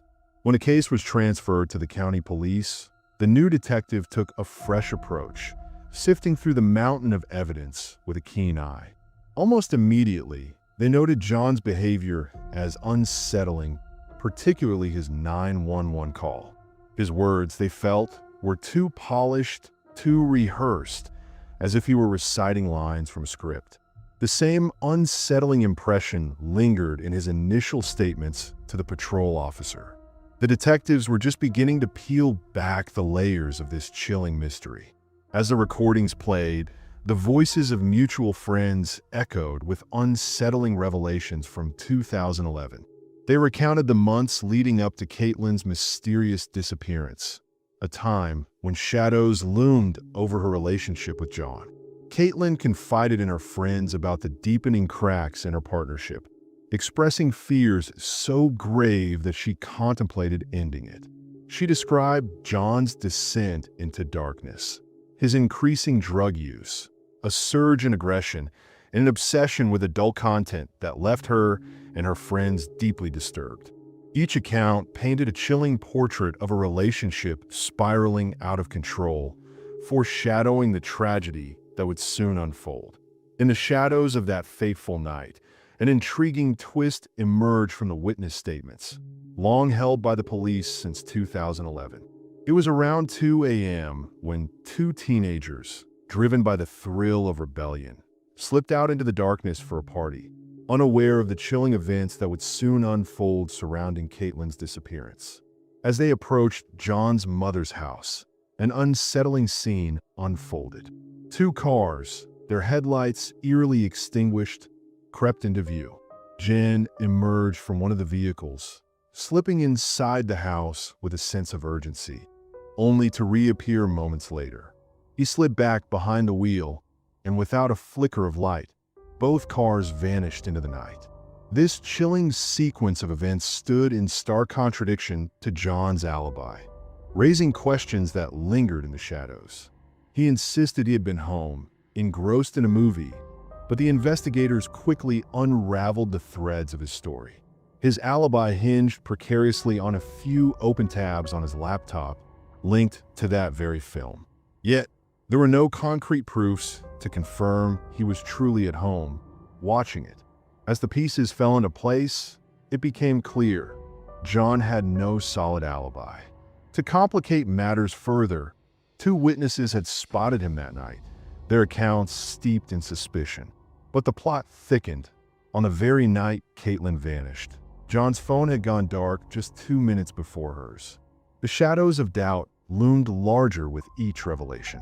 For a chilling 15 hours, JN stayed silent, his actions shrouded in an unsettling stillness.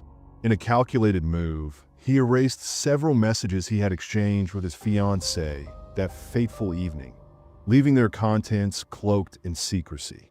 Initially, he spun a tale claiming Caitlyn had ignored his cheerful morning greeting, but the truth unraveled. He had never sent such a message at all. As the plot thickened, neighbors began to recount their eerie observations from that night. They spoke of raised voices, the sound of something striking against the walls, and then, hauntingly, a soft voice repeating the word no. Meanwhile, Jen remained on the other side, a figure of intrigue in a growing storm of suspicion.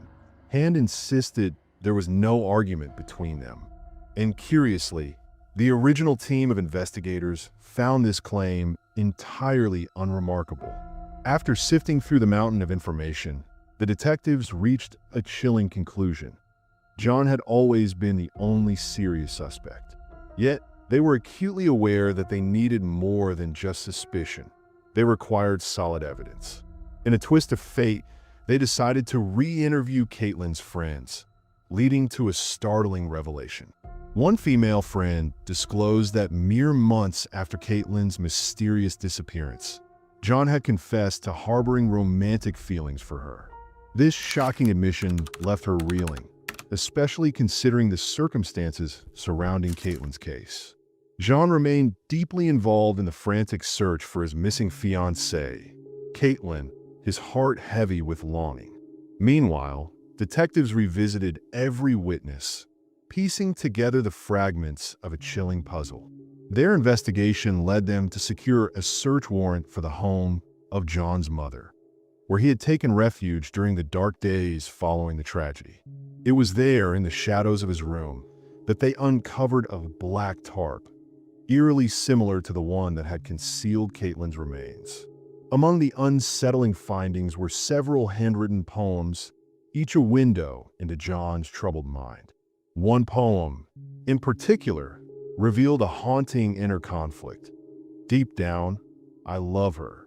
The words echoed with a sinister undertone, leaving a lingering sense of dread in the air. In a chilling twist of fate, the love that once bound John and Caitlyn began to unravel into a dark obsession. The detectives, piecing together the fragments of their tumultuous relationship, uncovered a disturbing pattern of aggression. John, now a husband and father, was caught on video unleashing his fury, his voice echoing through the yard as he confronted his wife, all while their innocent daughter watched. As the investigation deepened, the detectives stumbled upon a haunting revelation. The very location where Caitlyn's remains lay was along the route to John's father's farm, a place he frequented. This unsettling connection painted a vivid picture of his intimate knowledge of the area, leading the detectives to a chilling conclusion. Each detail, each revelation, wove together a narrative that was as tragic as it was sinister. The detectives, driven by a relentless pursuit of the truth, made the fateful decision to confront John. As they laid out the web of suspicious details and glaring inconsistencies, he met their accusations with an unsettling calmness. "These are merely circumstantial," he insisted, a chilling confidence in his voice. Unfortunately for the investigators, he was correct. The evidence was scant, and the shadows of doubt loomed large over their case. They realized that without solid proof to tie him to the murder, their chances of securing a conviction were dwindling. Yet, they found a glimmer of hope. They could still arrest him for the false statements he made, as witnesses had placed him leaving his house at 2 a.m., a detail that would not easily fade from the narrative. In the early hours of the morning, when the world lay shrouded in darkness, a chilling silence enveloped the streets. The clock struck a.m., marking the beginning of a tale that would unravel in the shadows, where secrets lingered and mysteries awaited discovery. But as the investigation deepened, a chilling twist emerged. Witnesses revealed that John had not been alone that fateful night. Another car had pulled up alongside him. This revelation sent detectives down a dark path, leading them to scrutinize his friend Jonathan, who quickly became a person of interest. The plot thickened when they uncovered that Jonathan was also present in a group photo from the music festival, standing beside John and a convicted murderer, a man with blood on his hand from taking another young woman's life. As detectives sifted through Jonathan's conversations with the police, the weight of their findings bore down on them. They made the decision to arrest him, charging him with providing false statements, a move that would unravel the tangled web of deceit surrounding that night. In a chilling twist, the authorities had withheld crucial details, but 2 months later, the net tightened around John. His arrest sent shockwaves through the community, yet the case teetered on the brink, burdened by a glaring absence of solid evidence. The detective, driven by an unyielding hope, believed that Jonathan would eventually crack and confess. Whispers of complicity floated in the air. It was suspected that someone had aided the fiancé in the grim task of body disposal, and fingers pointed towards a close friend. Yet, both men stood resolute, their denials echoing in the silence of the investigation. Meanwhile, John, with a calculated move, secured his freedom by posting a staggering $1 million bond, leaving the investigators in a state of desperation as they sought any means to unravel the truth. As the courtroom buzzed with tension, the realization dawned on the defense team. A jury trial could spell disaster for John. In a calculated move, they approached the prosecution with a proposition. The offer was simple yet profound. Reduce the charge to third-degree murder in exchange for a confession. In a moment that would seal his fate, John accepted the deal. June 2024 marked a pivotal day as he stood before the judge, pleading guilty but withholding the grim details of that fateful night, the strategic silence allowed by the terms of his agreement. The gavel fell, and the judge delivered the sentence. 3 years, the maximum for his charge in Ohio. Outrage rippled through the courtroom, a stark reminder of the justice system's complexities and the haunting shadows of a crime that would linger long after the verdict was rendered. In a case that gripped the nation, the judge found himself powerless, a mere spectator in a drama that unfolded with chilling precision. John, faced with the weight of the evidence, or lack thereof, made a fateful decision to accept a plea deal. Had he chosen differently, he might have sidestepped the looming specter of a first-degree murder charge, for the prosecution was left grasping at shadows, unable to present a shred of concrete evidence. Meanwhile, Jonathan, his friend, emerged unscathed as all charges against him evaporated into thin air. The detectives left with nothing but unanswered questions about his involvement in the grim aftermath. As the gavel fell and the sentencing concluded, Caitlyn's father stood in the shadows, his heart heavy with a haunting uncertainty, yearning for the elusive truth behind his daughter's tragic fate. In a chilling twist of fate, the man who once doubted John's guilt found himself grappling with a haunting realization. Over the years, his skepticism had eroded, replaced by a creeping belief in John's culpability. Memories flooded back, particularly the unsettling image of John embracing him at Caitlyn's funeral, a moment that now felt like a cruel mockery of innocence. Shortly after John's incarceration, a shadowy figure emerged from the darkness of his cell, a cellmate who would shatter the fragile facade of friendship. This inmate, driven by a mix of desperation and betrayal, reached out to the police, claiming John had confided in him about the fateful night. An argument had erupted, spiraling into chaos. And in that moment of rage, John had crossed an irreversible line, unleashing a violence that would forever alter the course of their lives. In a chilling turn of events, John found himself entangled in a web of deceit and desperation. After strangling Caitlyn, panic set in. The thought of calling the police flickered through his mind, but so did the sinister idea of staging the scene to suggest that Caitlyn had taken her own life. Ultimately, he chose the darker path, disposing of her body. Yet, as detectives sifted through the layers of his account, skepticism loomed large. They suspected that John's narrative conveniently matched the evidence at hand, but the question of his truthfulness lingered ominously in the air. The police leaned toward the unsettling possibility that this murder was not a crime of passion, but rather a calculated act of premeditation. In a chilling tale of betrayal and darkness, one detective found himself ensnared by the enigma that was John, convinced that he was staring into the eyes of a true psychopath. The detective reflected on a career spent interrogating countless criminals, yet none had left an imprint quite like John. As the clock ticked down to 2027, when John would emerge from the shadows of his confinement at the age of 39, the victim's parents were left in a haunting limbo. Hope had slipped through their fingers, and even if John chose to unearth the buried truths of that fateful day, could they ever truly believe him? They were condemned to witness the man who shattered their lives serve a mere fraction of the time behind bars, a bitter reminder of justice unfulfilled. As the shadows of his past loom large, he prepares to re-enter a society that remains blissfully unaware of the darkness he carries within. The police, relentless in their pursuit of the truth, delve deeper into the unsettling possibility of a connection between Jan, his companion, and the man who was convicted of taking another woman's life. They ponder the chilling notion that these three could have forged a bond over their twisted fantasies and a shared propensity for violence. Yet, as of now, this theory hangs in the air, unproven and haunting. What do you think about this chilling tale? Share your thoughts below, and if this story captivated you, don't forget to show your support by hitting that like button. In the heart of Charlottesville, on a seemingly ordinary night, 18-year-old Hannah Elizabeth Graham was living the college dream.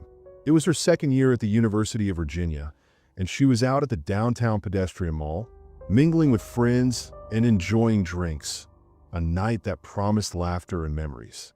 But as the hours slipped away, Hannah found herself heavily intoxicated and alone.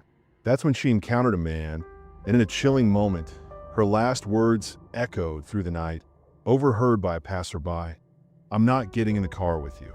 And just like that, she vanished without a trace, leaving behind a haunting mystery that would grip the community and the nation. Since that fateful night in the early hours, no sign of Hannah has surfaced, deepening the shadows of uncertainty that now envelop her story.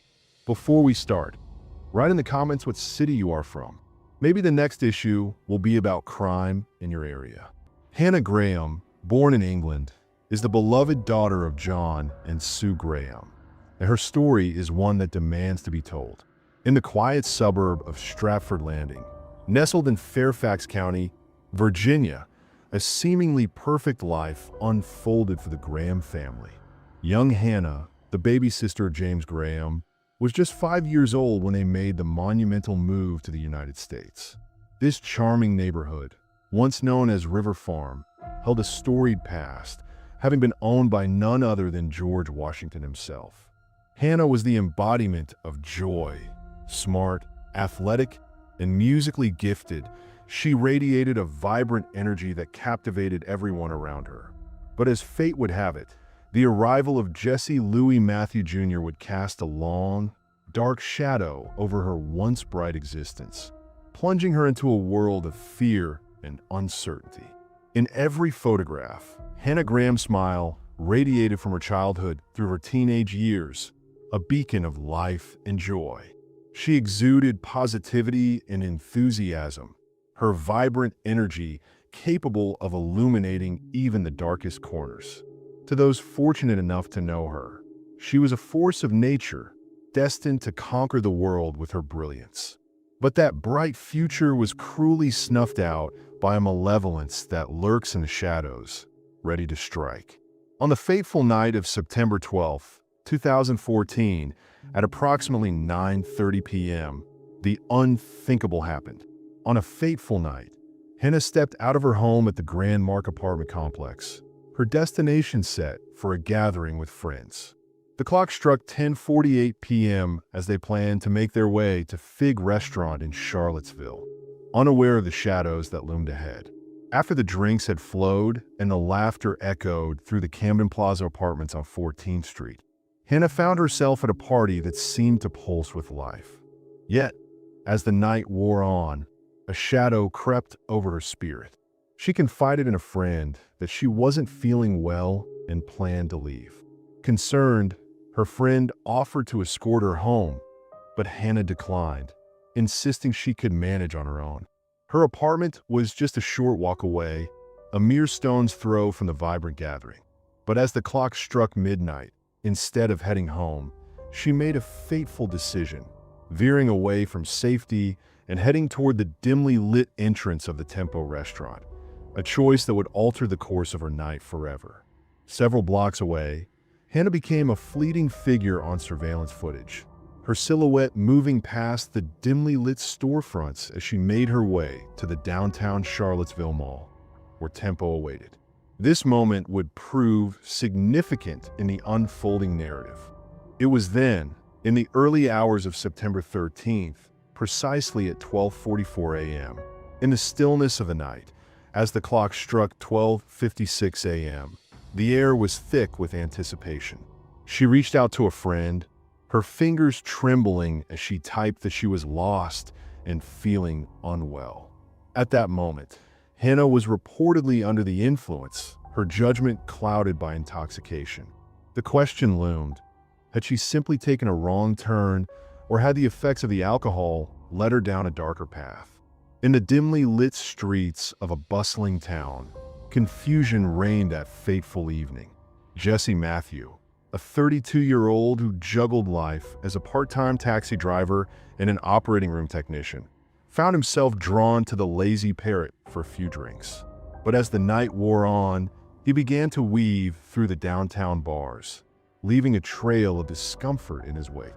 Women would later recount the unsettling encounters, detailing how Matthew had crossed boundaries that should never have been breached. As time slipped away, the paths of Matthew and Graham would inevitably intersect. He watched her pass, lurking in the shadows, choosing to remain unnoticed for now. In that fateful moment, he seized the opportunity. He turned and trailed behind her, the weight of Hannah's intoxication dulling her senses, rendering her vulnerable in the shadows of the night. Alone and unguarded, she meandered through the streets, her movements sluggish and disoriented, a perilous state for anyone. Surveillance footage captured the unsettling scene, revealing Hannah's aimless wandering, oblivious to the danger lurking nearby. Then, like a predator closing in on its prey, Matthew approached her, draping his arm around her shoulders as they strolled toward the Tempo restaurant. Inside, he purchased 2 drinks, but the details of what transpired next remained shrouded in uncertainty, leaving a chilling question hanging in the air. What really happened to Hannah that night? In the dimly lit bar, or perhaps at a table outside, the clock struck 1 a.m. Hannah's last message to a friend read, "I got stuck down though." It was cryptic, leaving her friend puzzled, as the words held no clarity in the haze of the night. It was a chilling moment, the last time anyone would hear from Hannah. On September 14th, an alleged predator had set his sights on her, claiming yet another victim. Her friends, sensing something was terribly wrong, reported her missing after their final communication in the early hours of that fateful day. In the dead of night, as the clock struck 1 a.m., the world lay shrouded in darkness. On the 13th, a chilling silence enveloped the lives of Hannah's friends and family. No one had heard from her, and the absence of contact was alarming. Hannah was known for her responsibility. She would never simply vanish without a word. As the hours ticked by, concern morphed into dread. The police sprang into action, launching a search for Hannah, while state and federal law enforcement were summoned without delay. Her disappearance struck a haunting chord, echoing the unsettling pattern of other women who had mysteriously vanished in Charlottesville and Albemarle County. The shadows of the past loomed large, and the urgency to find Hannah intensified with each passing moment. Hannah's case captured the nation's attention in a heartbeat. The urgency to find her was palpable, and law enforcement sprang into action, meticulously combing through surveillance footage from around town. Piece by piece, they constructed a chilling timeline of Hannah's movements that fateful night, tracing her last known whereabouts and the company she kept. Meanwhile, the voices of her loved ones echoed in the darkness, pleading into the void. "Hannah, where are you? We want you back where you belong. We love you more than you know, and we cannot wait to see you." The heartfelt messages poured in from Sue, Lonnie, Katie, and her UVA family, a testament to the love that surrounded her, even in the midst of uncertainty. Hannah, were you friends with her? I lived on her floor last year, but we didn't share a close personal relationship. I knew who she was, though. When you found out she was missing, how did that hit you? It was shocking. This is such a big school, and you don't really hear about things like this happening. It struck a chord with me because I actually knew her, which made it all the more unsettling. Is knowing her the reason you're here tonight? No, definitely not. I think in a haunting display of solidarity, hundreds gathered at the University of Virginia, their faces illuminated by the flickering flames of candlelight. They came together to honor Hannah Graham and her family, a community united in grief and hope.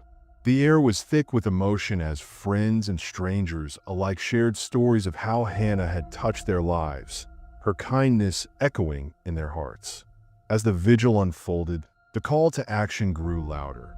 Many would soon join the desperate search for Hannah, driven by a profound sense of duty to give back to someone who had cared so deeply for others. In that moment, it was clear the community would not rest until they had done everything in their power to bring her home. To follow the same path as her, Jesse Matthew Jr., known to many as LJ, emerged from a childhood steeped in hardship. Raised in poverty, he faced relentless bullying at school, grappling with a stutter and learning disabilities. Yet, against all odds, he fought through the challenges and secured a full football scholarship to Liberty University. However, lurking beneath the surface was a sinister shadow. In 2002, he was accused of raping a female student at the university, prompting a swift exit. He sought refuge at Christopher Newport University in 2003, but once again, the darkness that haunted him was ever present.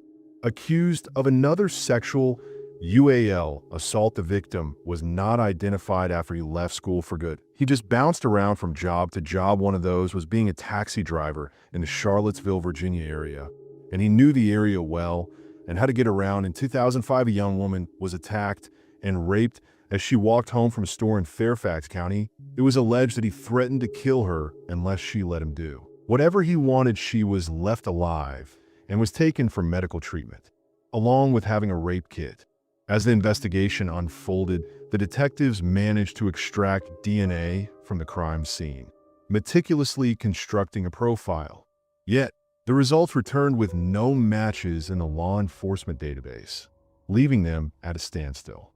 The woman, gripped by fear for her safety, made the drastic decision to return to her homeland in India.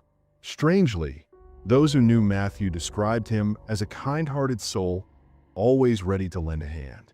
Friends and family painted a picture of a gentle man with a big heart, and even former partners spoke of their time with him as charming and tender.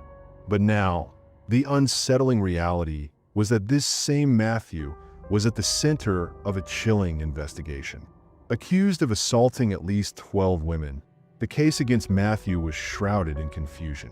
One of his former girlfriends revealed to detectives that he had endured a tumultuous childhood, marked by sexual abuse. Jesse, too, bore the scars of his past, having been victimized by at least 3 different individuals during his elementary school years. One perpetrator, in particular, preyed on him repeatedly, coercing him into silence. It's chilling to consider how this cycle of trauma during their formative years may have influenced the dark allegations that followed. Against him, the truth lingered in shadows, never fully confirmed by family or friends. Matthew claimed that a dark chapter of his childhood involved a sexual assault, a haunting possibility that could unravel the mystery of his dual nature. The transformation from a seemingly nice guy to something far more sinister raised questions about the battle between nature and nurture. His father's absence, coupled with a history of drinking and a 2006 arrest for indecent exposure, painted a grim picture of the influence that shaped Matthew's descent into chaos. What kind of legacy was left behind? Was his father the architect of this young man's twisted psyche? Could the shadows of his formative years have shaped him into a serial racist murderer? Was Jesse Matthews lashing out against the demons of his past, or surrendering to a dark urge that had lain dormant within him? On September 19th, detectives executed a search warrant at Jesse's apartment, infamously dubbed the lair of the back-to-school killer. Among the chilling discoveries was a cell phone, its SIM card mysteriously absent, and a pair of men's shorts that bore the unmistakable evidence of his heinous acts. DNA that revealed both sperm and genetic material from another victim. Matthew's name echoed through the investigation, but it was the presence of Hannah's DNA that sent chills down the spines of those involved. Her genetic material was discovered on the passenger side door of Matthew's vehicle, a haunting reminder of the last moments they shared. The following day, the authorities wasted no time, issuing a second warrant to scour Matthew's apartment once more. Though he had not yet faced charges in connection with Hannah's mysterious disappearance, he remained the last person seen with her on that fateful night. As the second search concluded, investigators emerged, their arms laden with evidence bags, each one a piece of the puzzle. Among the items collected were Matthew's Galaxy phone, bedding, pillows, and an assortment of clothing, all whispering secrets of a night that would forever change lives. In a chilling turn of events, investigators meticulously gathered crucial evidence from the scene. A toothbrush, hair samples, a wallet, a cigar butt, and fibers were collected under the authority of a third search warrant. Among the items seized were a pair of white shorts, a maroon shirt, and a towel stained with a reddish-brown substance. The investigation took a darker twist as they also confiscated Matthew's orange Chrysler Sebring. The stakes heightened when a bloodhound unit was called in, successfully tracing Hannah's scent to the rear entrance of Matthew's apartment, the passenger door of his vehicle, and a nearby dumpster. On September 20th, Matthew made his appearance in Charlottesville, the tension palpable as the investigation unfolded. In a chilling turn of events, the police found themselves in a standoff with a man who was desperate for legal counsel, yet refused to utter a single word about Hannah. After a tense exchange, he slipped away from the precinct, jumping into a car and speeding off into the night. Investigators, sensing the urgency, pursued him, but he was cunning and managed to shake them off, triggering a nationwide manhunt. As the search intensified, it came to light that Matthew had recently acquired a new driver's license and had drained his bank account, leaving behind a trail of questions. A wanted poster soon circulated, depicting Matthew as a black male in his early 30s, sporting dreadlocks and a goatee, standing just under 6 feet tall and weighing over 260 pounds. The last sighting of him remained a haunting mystery, echoing through the corridors of law enforcement as they raced against time to find him. Clad in a stark white shirt and dark jeans, he may have been seen with his sister's blue Nissan. The tension in the air was palpable as Matthew's family reached out, urging him to cooperate with detectives in the haunting case of Hannah Graham's disappearance. His aunt, Alice Fletcher, stood firm, conveying the family's desperate desire to aid in the search for Hannah, a missing daughter whose absence weighed heavily on all. As the scene unfolded, a somber figure emerged, John Graham, Hannah's father, flanked by Sue, her steadfast supporter, ready to confront the shadows of uncertainty. In the midst of a harrowing ordeal, a mother speaks for her wife as the nightmare unfolds for Hannah, her big brother James, their grandparents, and the extended family. The anguish is palpable, yet amidst the despair, they find themselves overwhelmed by the generosity of spirit from everyone they've encountered and countless others they have yet to meet. It's been reported that over 1,000 volunteers have scoured the streets of Charlottesville, tirelessly searching for their beloved girl. Yesterday and today, a similar number of remarkable individuals have ventured out, driven by hope and determination. As the search continues, in a desperate quest, Sue and I ventured out yesterday, joined by our colleagues, friends, and neighbors. The search party included Hannah's softball friends, members of Andis Fenham High School team, and countless others. The effort had grown, drawing in the Charlottesville community united in their determination.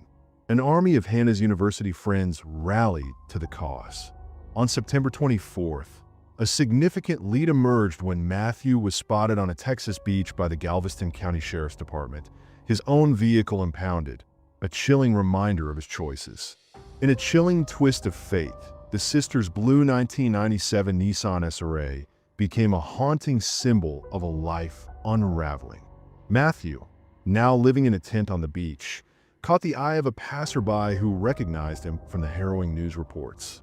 With a swift call to 911, the web of law enforcement began to tighten around him.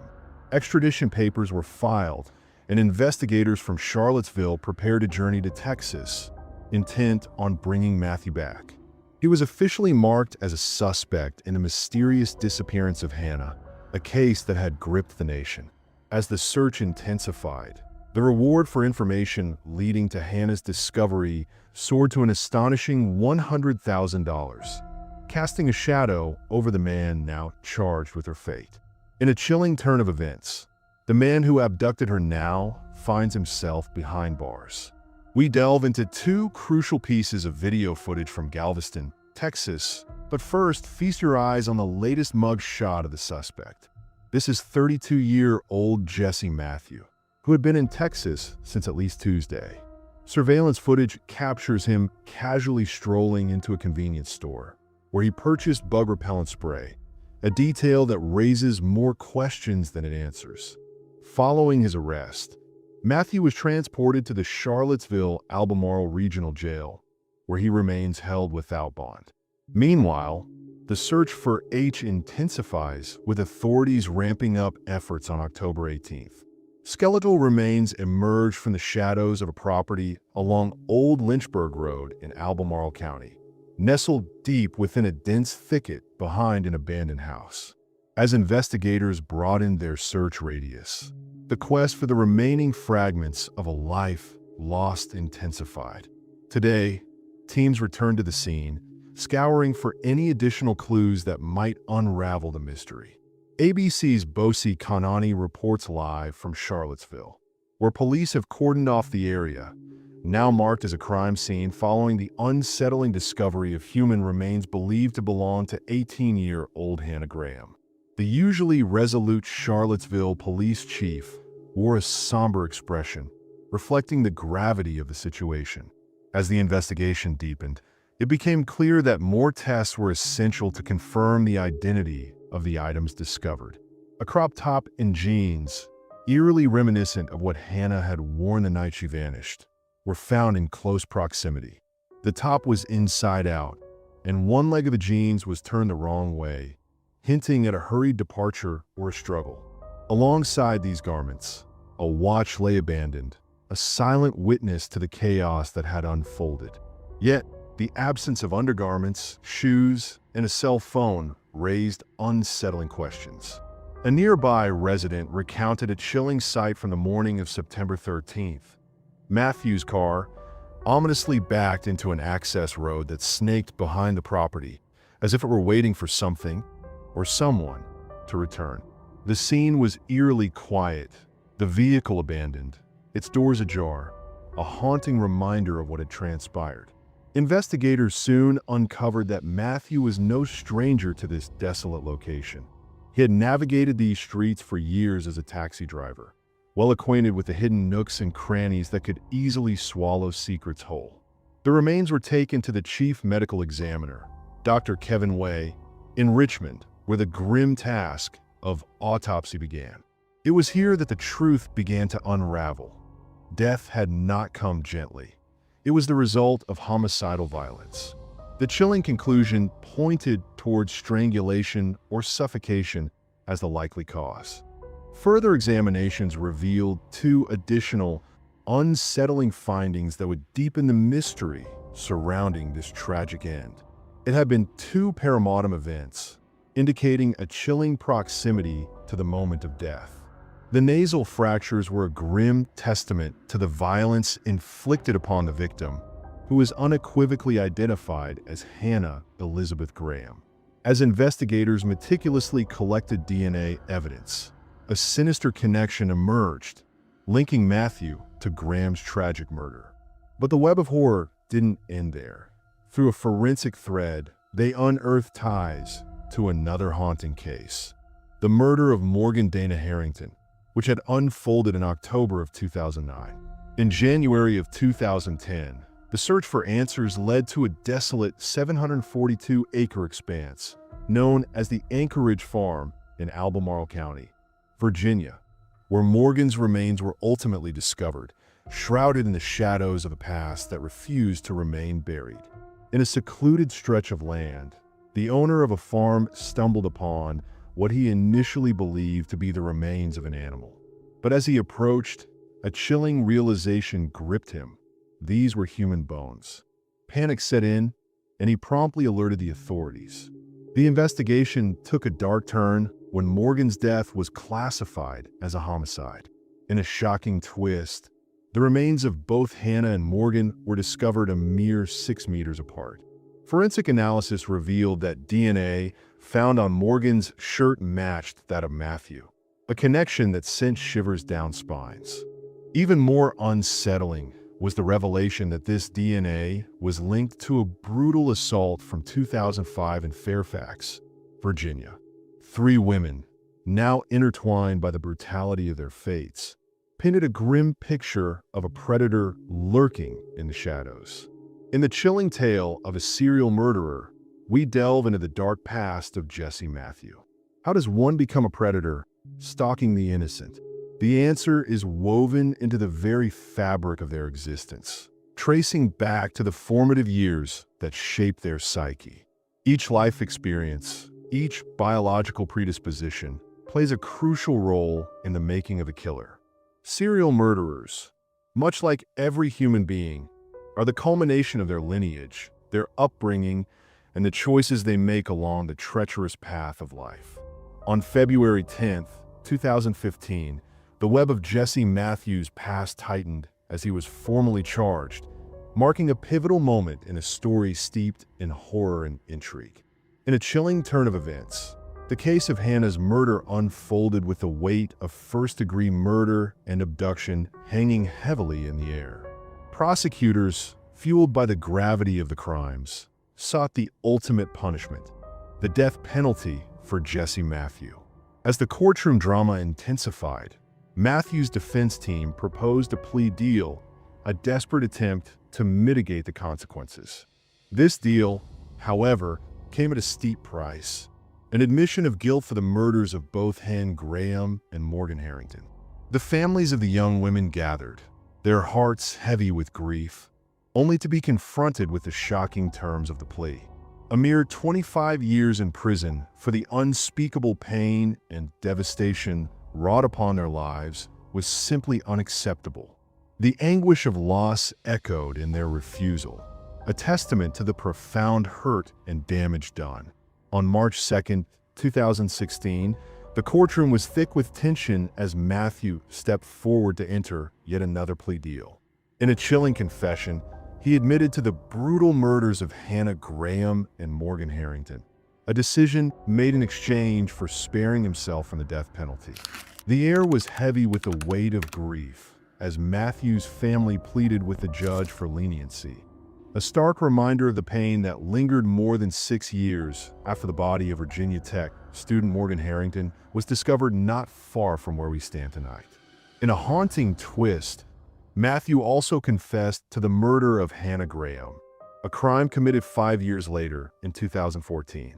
With the signing of that plea agreement, the dark truth began to unravel. In a chilling twist of fate, both their murders and abductions unfolded under the shadow of a man who managed to evade the death penalty. The trial of Jesse Matthew was a swift affair, lasting just under 3 days, culminating in a plea deal that sealed his fate. He was sentenced to life, bound by the ironclad conditions of no early release, no possibility of geriatric release, and an unyielding ineligibility for parole. Matthew now faces the grim reality of serving 4 life sentences consecutively. The dark history continued to unravel as he was also indicted for the assault and rape that haunted Fairfax County back in 2005. Today, in a courtroom heavy with tension, Jesse Matthew Jr. pled guilty to the first-degree murder of Hannah Graham, acknowledging his role in the abduction that shattered lives. In a chilling turn of events, the court found Matthew guilty of the first-degree murder of Morgan Harrington, as well as the abduction with intent to defile. The gravity of his actions led to the imposition of the maximum penalty for consecutive life terms. In a shocking twist, he chose to waive his right to appeal or withdraw his plea, relinquishing any hope for early or conditional release, geriatric release, or parole. This decision came in exchange for the Commonwealth dropping a capital murder charge against him, though they retained the ominous right to reinstate it at any moment.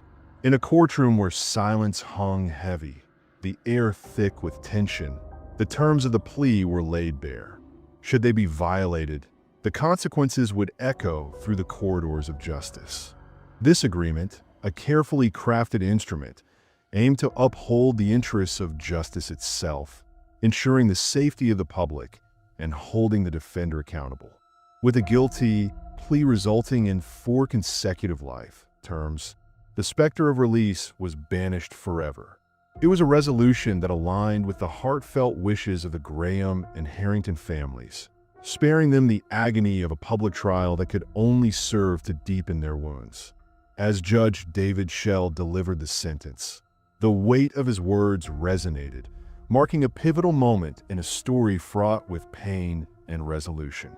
The chilling reality of Matthew's attacks on his victims was marked by an unrelenting brutality, a viciousness that sent shivers down the spine of all who bore witness. After the sentencing, a heart-wrenching scene unfolded as Matthew's mother erupted in anguish, her cries echoing through the courtroom, forcing her removal from the proceedings. Throughout the trial, Matthew remained a figure of unsettling calm, listening intently, whispering softly to his attorney, and displaying an eerie lack of emotion. From the very start, right up to the moment of sentencing, he maintained this unsettling demeanor. In a moment of twisted remorse, he even requested his attorney to convey an apology to the families of the victims, expressing a desire for them to understand the depth of his sorrow for the pain he had inflicted. In a chilling turn of events, it became evident that Mr. Tracy had sought our counsel during the tense negotiations of the plea agreement. Today, as the ink dried on this crucial document, we stood united in our unwavering support. Our foremost concern was crystal clear. Matthew must never again have the opportunity to unleash his vile actions upon innocent young women.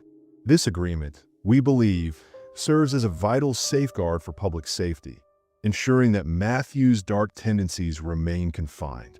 The evidence of his depravity paints a stark picture of a man far too dangerous to roam free among us.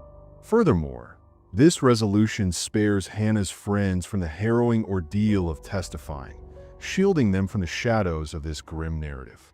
The community, our family, and the haunting specter of re-traumatization loomed large as we faced the prospect of a 4-week trial. The plea agreement reached today brings a sense of finality and accountability that we desperately needed.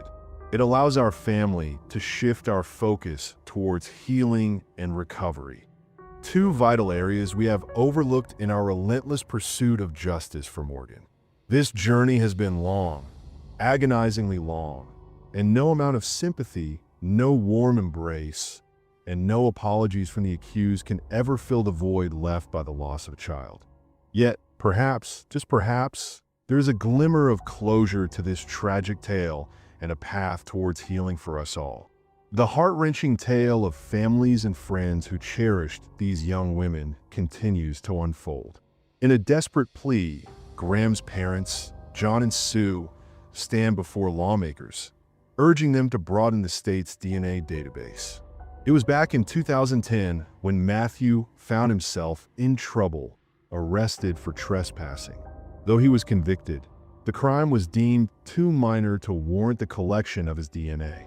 Now, the Grahams are advocating for a pivotal study that would mandate DNA collection for a wider array of misdemeanor offenses. Their hope is that if an individual with a prior misdemeanor commits another crime, the database would trigger a response, alerting authorities with a chilling hit on the name.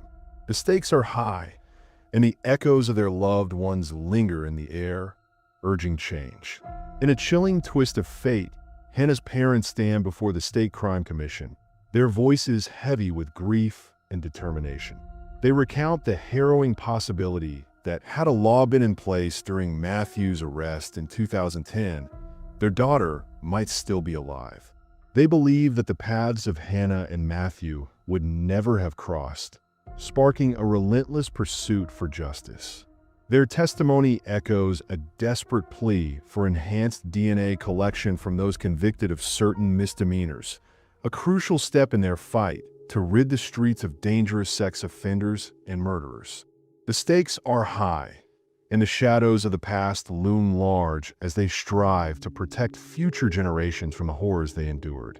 In the quiet town of Charlottesville, a sinister shadow loomed over the community. Jesse Matthew, a man whose past was marred by a misdemeanor conviction, would go on to commit an unspeakable crime. In 2014, he was found guilty of murdering Hannah Graham, a bright young woman whose life was tragically cut short. Her parents, grappling with their loss, believed that had the law been different, had Matthew's DNA been collected during his earlier conviction for criminal trespass, Hannah might still be alive today. Instead, he roamed the streets, a predator hidden in plain sight, while the echoes of his past went unnoticed. The chilling reality is that a simple change in policy could have altered the course of fate, preventing Hannah's tragic end and sparing her family from a lifetime of heartache. In the wake of a tragedy that shook the community, friends, family, and the University of Virginia rallied together, pouring their resources into initiatives that would keep her memory alive. Scholarships were established, and a memorial softball tournament was held in her honor in June of 2018. It was a somber moment when Virginia Governor Ralph Northam signed bills aimed at expanding the list of misdemeanor convictions that would trigger mandatory DNA collection for the Commonwealth's databank. Since the loss of her daughter, her mother has channeled her grief into a mission, founding a nonprofit organization dedicated to saving the next girl, ensuring that young women are educated and empowered in the face of danger. In a chilling twist of fate, the family of Morgan, a victim of unspeakable violence, sought to honor her memory through acts of compassion. They established a scholarship at Virginia Tech and another at a school in Africa, both bearing her name. Additionally, they founded a nonprofit organization, Save the Next Girl, dedicated to preventing further tragedies. Meanwhile, in December of 2020, the man who shattered lives and took two young women from this world was moved from Sussex State Prison to Richmond Hospital, shrouded in a heavy law enforcement presence. Diagnosed with stage 4 colon cancer, he now faces a different kind of reckoning, far removed from the horrors he inflicted on others. In 2016, Jesse Matthew Jr. made a chilling confession, admitting to the brutal murders of Virginia Tech student Morgan Harrington and University of Virginia student Hannah Graham. Fast forward to May 2019, and the plot thickens as he disclosed to Arler French that he had been diagnosed with stage 4 colon cancer. As the story unfolds, we learn that Matthew has been transferred to MCV Hospital for security care, still under the watchful eye of the Virginia Department of Corrections. The reasons behind his hospital transfer remain shrouded in mystery, but rest assured, we will keep you updated on this gripping tale as new details emerge. Harrington Morgan's mother spoke with a calm resolve, declaring that they were not seeking vengeance. While she welcomed updates on Jesse Matthew, the man known as the back-to-school killer, she made it clear that they had no interest in the details of his eventual end. Their focus was singular: to ensure that Jesse Matthews' reign of terror had come to a definitive halt. As of December 2022, he remained alive, yet the shadows of his past loomed large, and the community grappled with the chilling reality of his horrific acts. The question lingered in the air: how could such evil exist among us? In the shadows of everyday life, a chilling reality unfolds. A serial murderer, capable of blending seamlessly into their community, holds down a job and interacts with neighbors as if they were just another face in the crowd. They meticulously choose the moments to unleash their dark impulses, retreating into a cooling-off period that allows them to resume their facade of normalcy. With a sinister understanding of human nature, they gain the trust of their unsuspecting victims, lulling them into a false sense of security. Then, in a heartbeat, they strike, shattering the illusion. This is a timeline that chronicles the chilling criminal history of Jesse Matthews, leaving us with haunting questions that linger long after the story ends. What if Matthew had never been caught? Would the chilling threads of other cases eventually weave back to him? Or would the list of names and dates continue to grow, each more haunting than the last? If this tale has captivated you, remember to like the video and share your thoughts in the comments below. And as you exit this dark journey, don't forget to subscribe to the channel. Hit that notification bell to stay updated each time we unveil another shocking case. Until next time, stay vigilant and keep your eyes peeled. You never know what sinister figures might be lurking in the shadows. If you had the opportunity to ask the criminal in this case a question, what would it be? Write in the comments. In a quiet neighborhood, a young girl set out to ride her bicycle, the sun shining down on her innocent adventure. But when her mother returned to check on her just moments later, the yard was eerily empty. Before we get started, if you could ask the criminal in this case a question, what would it be? Write in the comments. Panic set in as the frantic mother dialed 911, her heart racing with dread. Days turned into months, and months into years, with no trace of the girl. For 2 agonizing years, the mystery of her disappearance loomed over the community like a dark cloud. Then, in a twist that would send shockwaves through the town, detectives stumbled upon the chilling truth behind her vanishing. Kay Polton, born on September 20th, 1989, in Rochester, New York, was the only child in her family, and her story was about to take a harrowing turn that no one could have anticipated. In a seemingly idyllic setting, Kay was the center of her parents' universe, showered with love and attention. But as the clock struck 3, the fragile facade of their family life began to crack. Her parents made the fateful decision to part ways, leaving Kay in the care of her mother, Judy. Despite the divorce, her father remained a constant presence, visiting frequently, determined to maintain a bond with his little girl. Judy, however, found herself navigating the turbulent waters of single motherhood in a modest apartment complex nestled in a quiet suburban enclave of Rochester. The weight of financial strain pressed heavily on her shoulders, even as her ex-husband lent a helping hand. When Kay turned 4, Judy took on a part-time job, fueled by dreams of whisking her daughter away to the enchanting world of Disney. The journey ahead was fraught with challenges, but the promise of magic loomed on the horizon. On a warm summer evening, the air thick with anticipation, Judy prepared for her nightly ritual.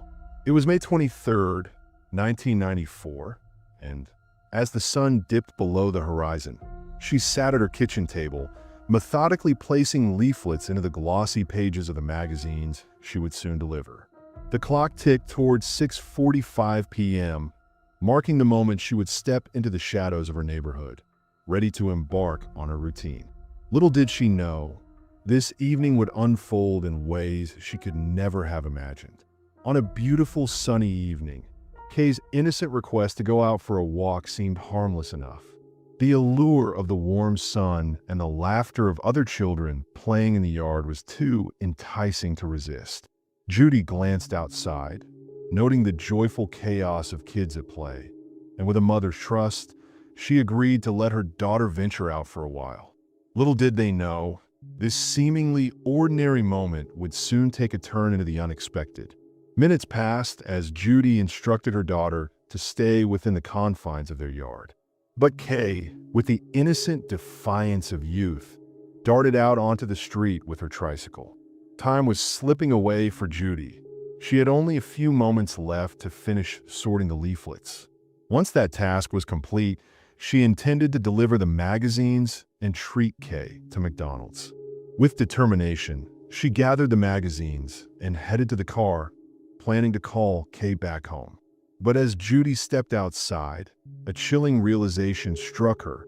Her daughter was nowhere to be found. Panic set in as she called out Kay's name, but silence answered her. Judy's heart raced as she scoured the yard, then ventured into the complex grounds, searching for any sign of her little girl. But Kay was nowhere to be found. The mother, Judy, strained to hear the familiar sounds of her daughter's tricycle, the creaking wheels that usually echoed down the street. Instead, an unsettling silence enveloped the neighborhood. With each passing second, Judy's panic escalated, her cries piercing the stillness and drawing the attention of concerned neighbors. Desperately, she inquired if anyone had seen her daughter. A few recalled glimpsing Kay playing in the yard with other children, but no one knew where she had vanished. As the grim reality of Kay's disappearance set in, the neighbors rallied together, joining the frantic search. But they were met with an eerie quiet that only deepened the dread in Judy's heart. In a quiet neighborhood, a mother named Judy found herself engulfed in a chilling uncertainty. Her daughter, Kay, had vanished along with her beloved bicycle, leaving behind only the dense trees that cloaked the complex and the imposing fence that separated their world from the bustling highway. Judy's heart raced as she recalled the rules she had instilled in Kay.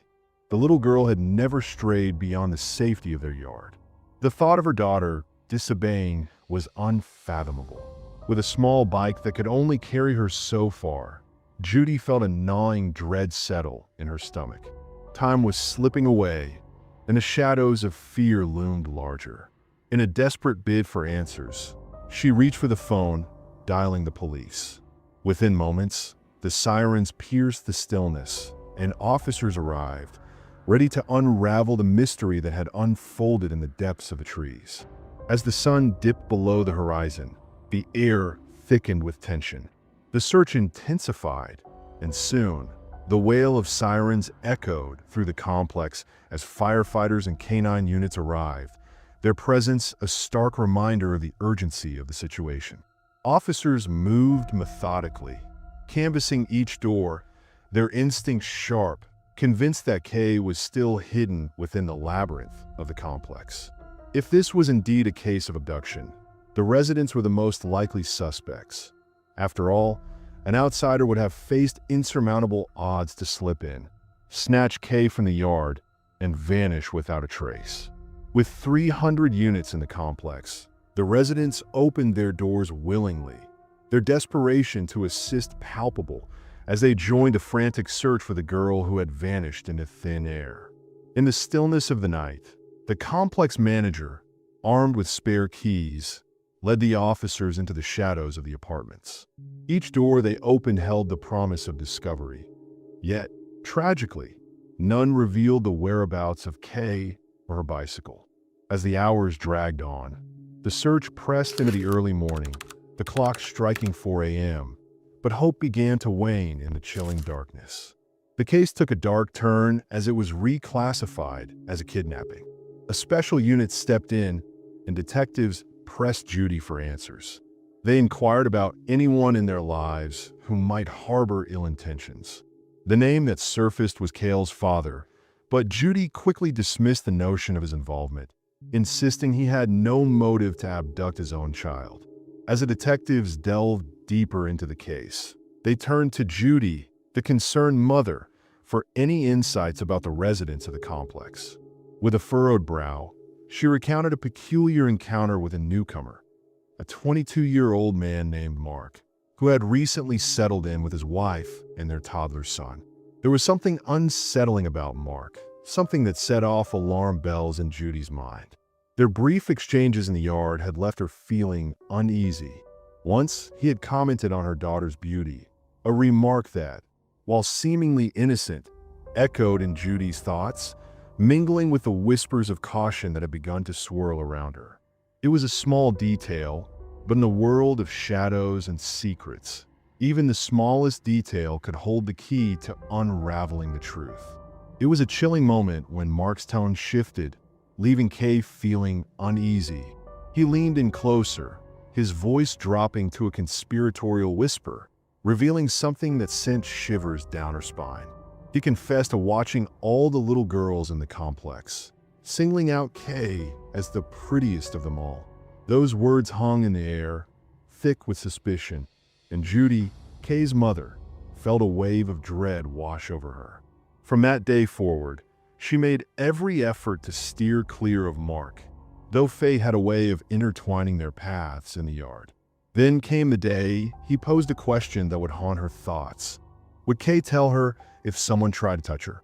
Judy's heart raced as she replied with a simple yes, before hastily retreating, her mind racing with concern and fear. Questions lingered in the air, thick with suspicion, as the conversations unfolded.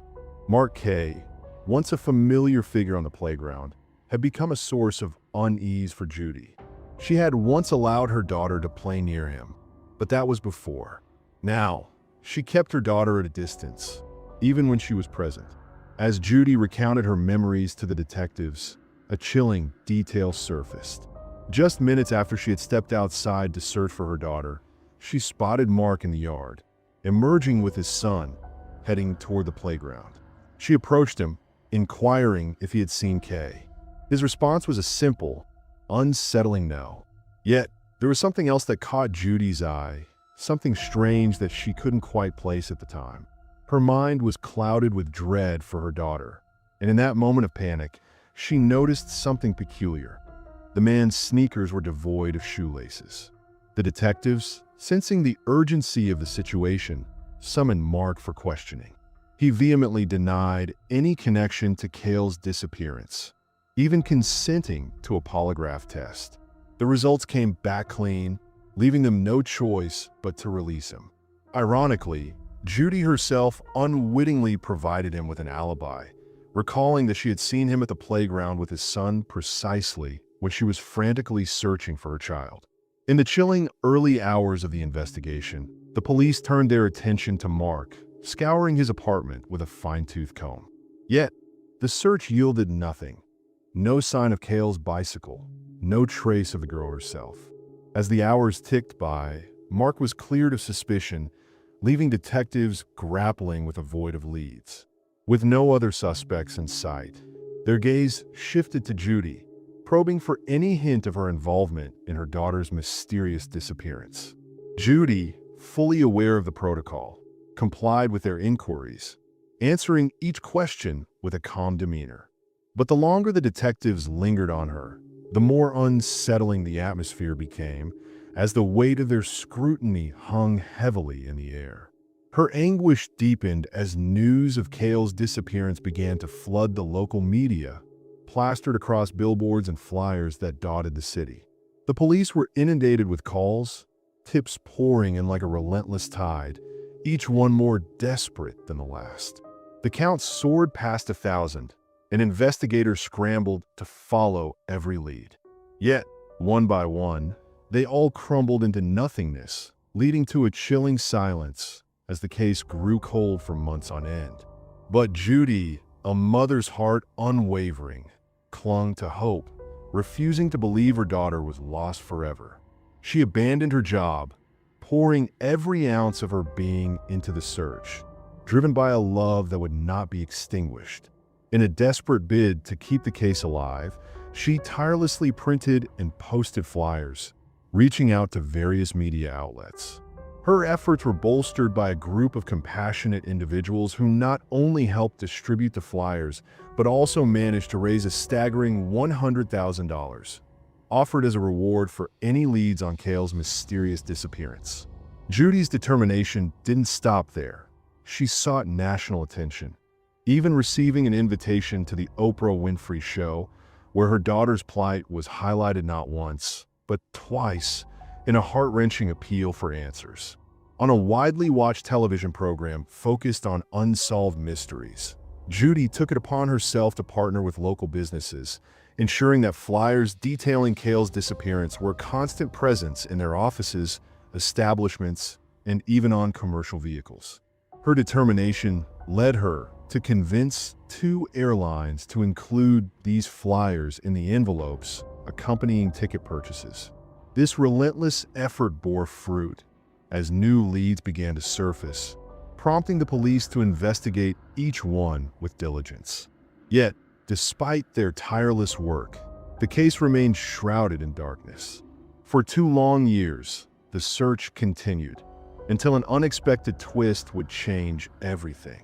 On that fateful day, August 9th, 1996, a woman reached out to the police, her voice trembling as she recounted a fierce argument with her husband. She was weary of his erratic behavior, and the weight of her decision to seek a divorce hung heavily in the air. In a desperate attempt to sway her, he poured out his heart, pleading for her understanding, revealing the turmoil that had consumed him. But then, in a chilling twist, he confessed to a dark secret: the murder of Caitlyn. The revelation struck her like a thunderbolt, leaving her reeling in disbelief. Without a moment's hesitation, she gathered their child and fled to her father's house, seeking refuge from the horror that had just unfolded. In a moment of desperation, she dialed 911, her voice trembling as she finally disclosed her husband's name to the police: Mark Christie, the man who lived next door. The detectives listened intently, their expressions shifting from curiosity to disbelief as they absorbed the weight of her revelation.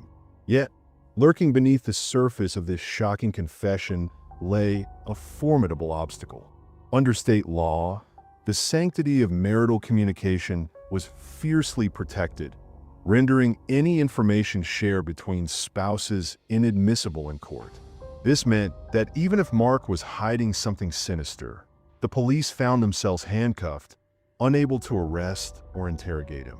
Meanwhile, the investigation had already taken a turn, with Mark's apartment being scoured in the early hours, a scene fraught with tension and unanswered questions. In the quiet neighborhood where Cale once played, a chilling narrative began to unfold. Mark, a seemingly ordinary man, was seen in his yard with his child shortly after Cale's mysterious disappearance. The police, perhaps too eager to dismiss the unsettling coincidences, believed he lacked the opportunity to commit such a heinous act. Yet, Detective Crow, intrigued by the whispers surrounding Mark's wife's account, felt compelled to dig deeper.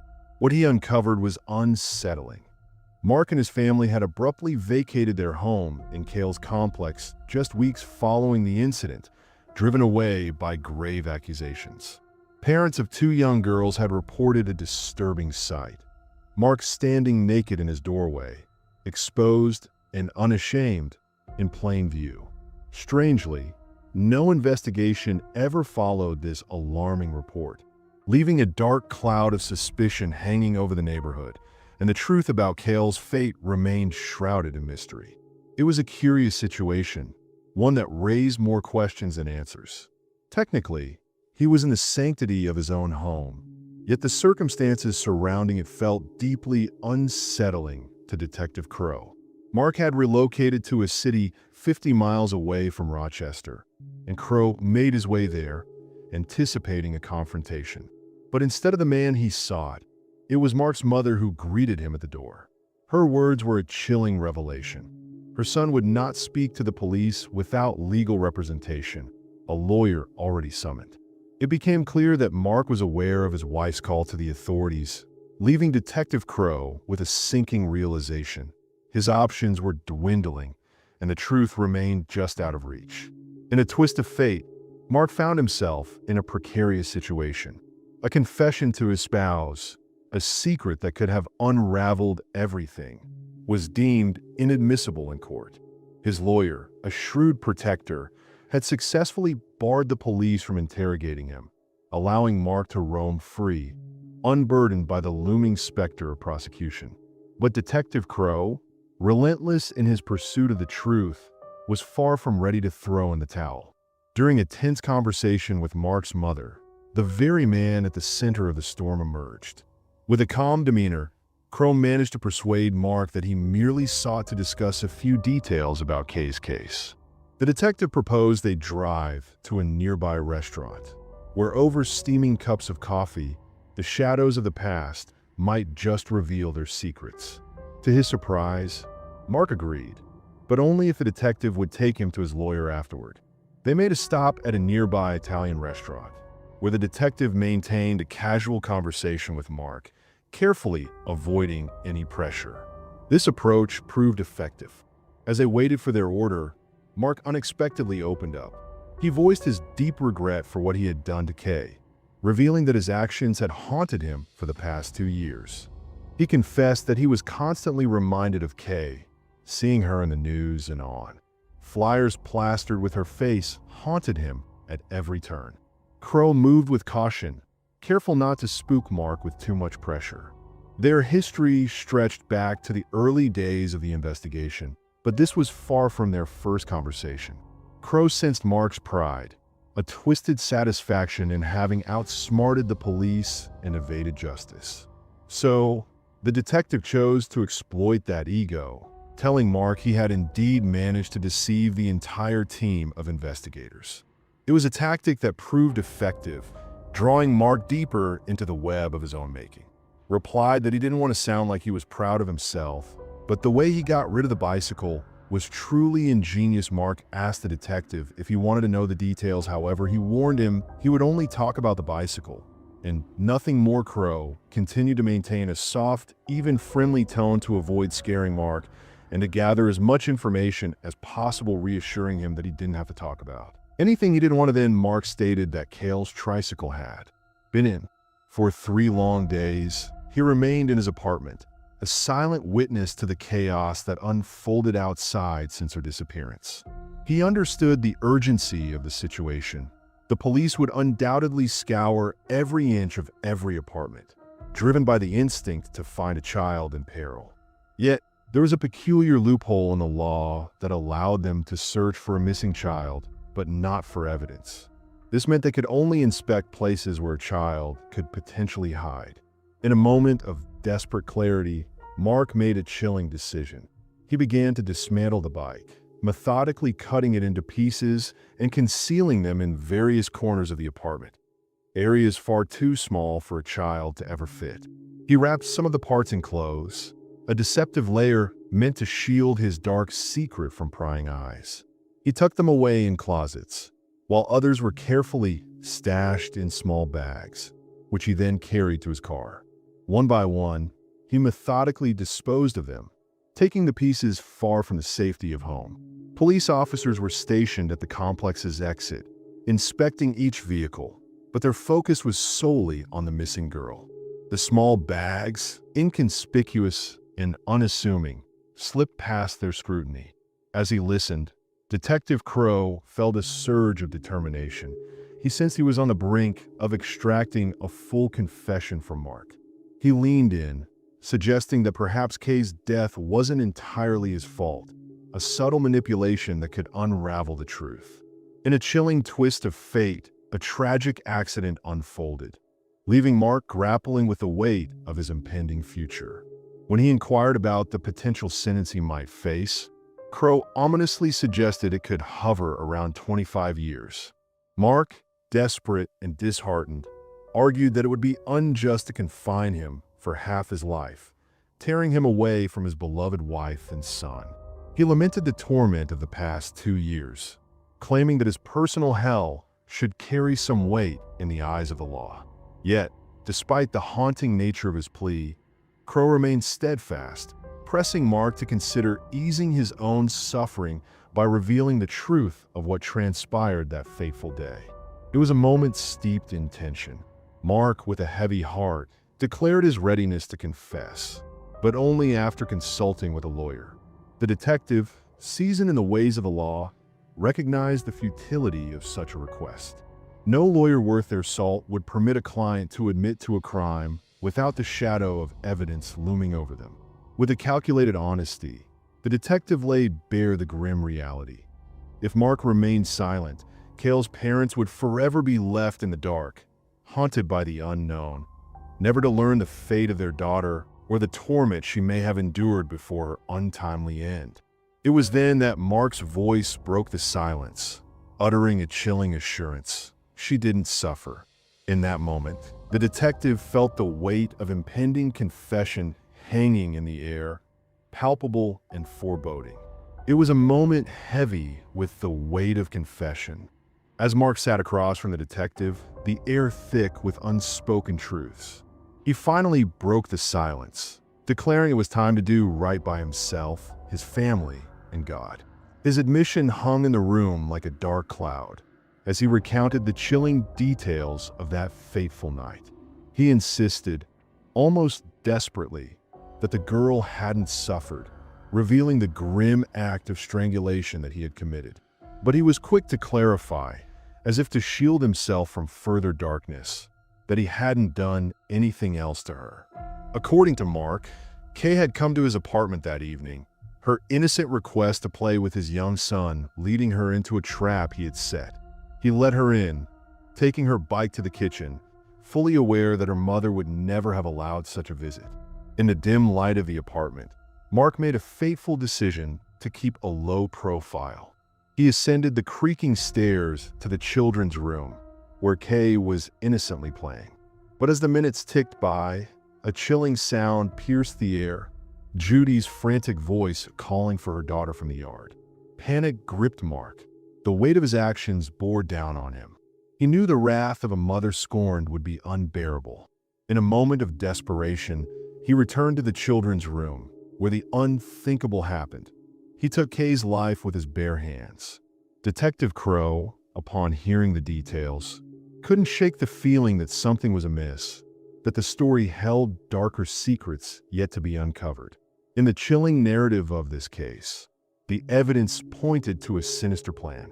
Mark, with a deceptive charm, likely lured Kay into his apartment, cloaked in the innocent guise of wanting to play with his son. With his wife away at work, the stage was set for a dark encounter.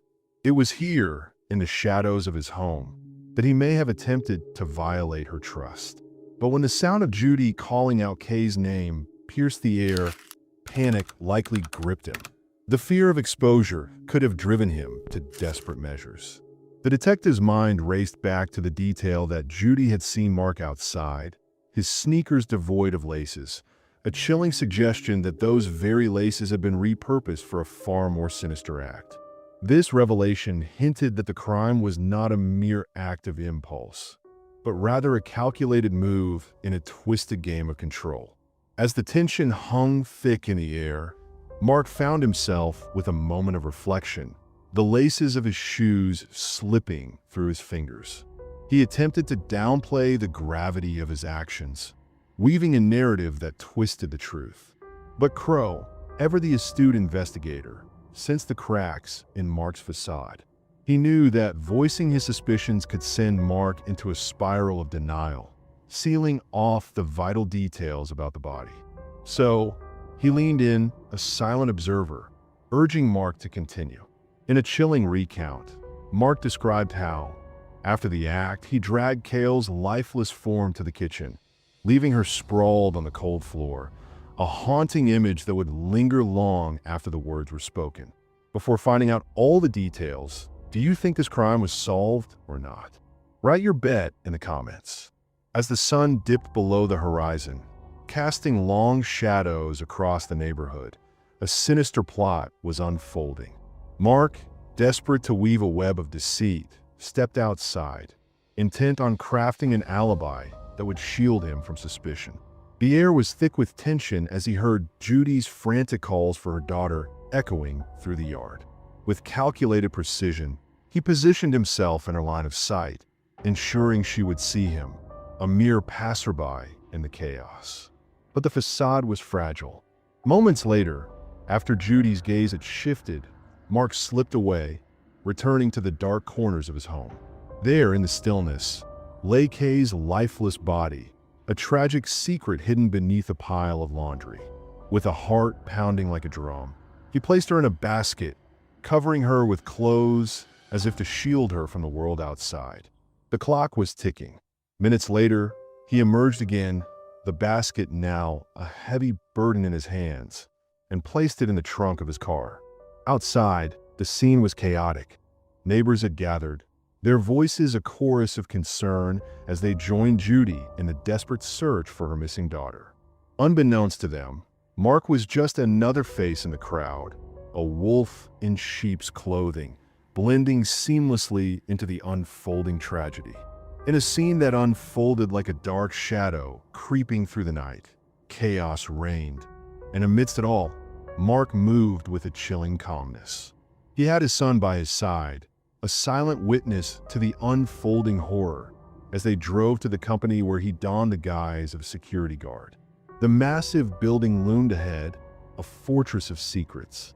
He parked discreetly at the rear, leaving behind a basket that concealed Kay's lifeless body, a grotesque offering left by the door.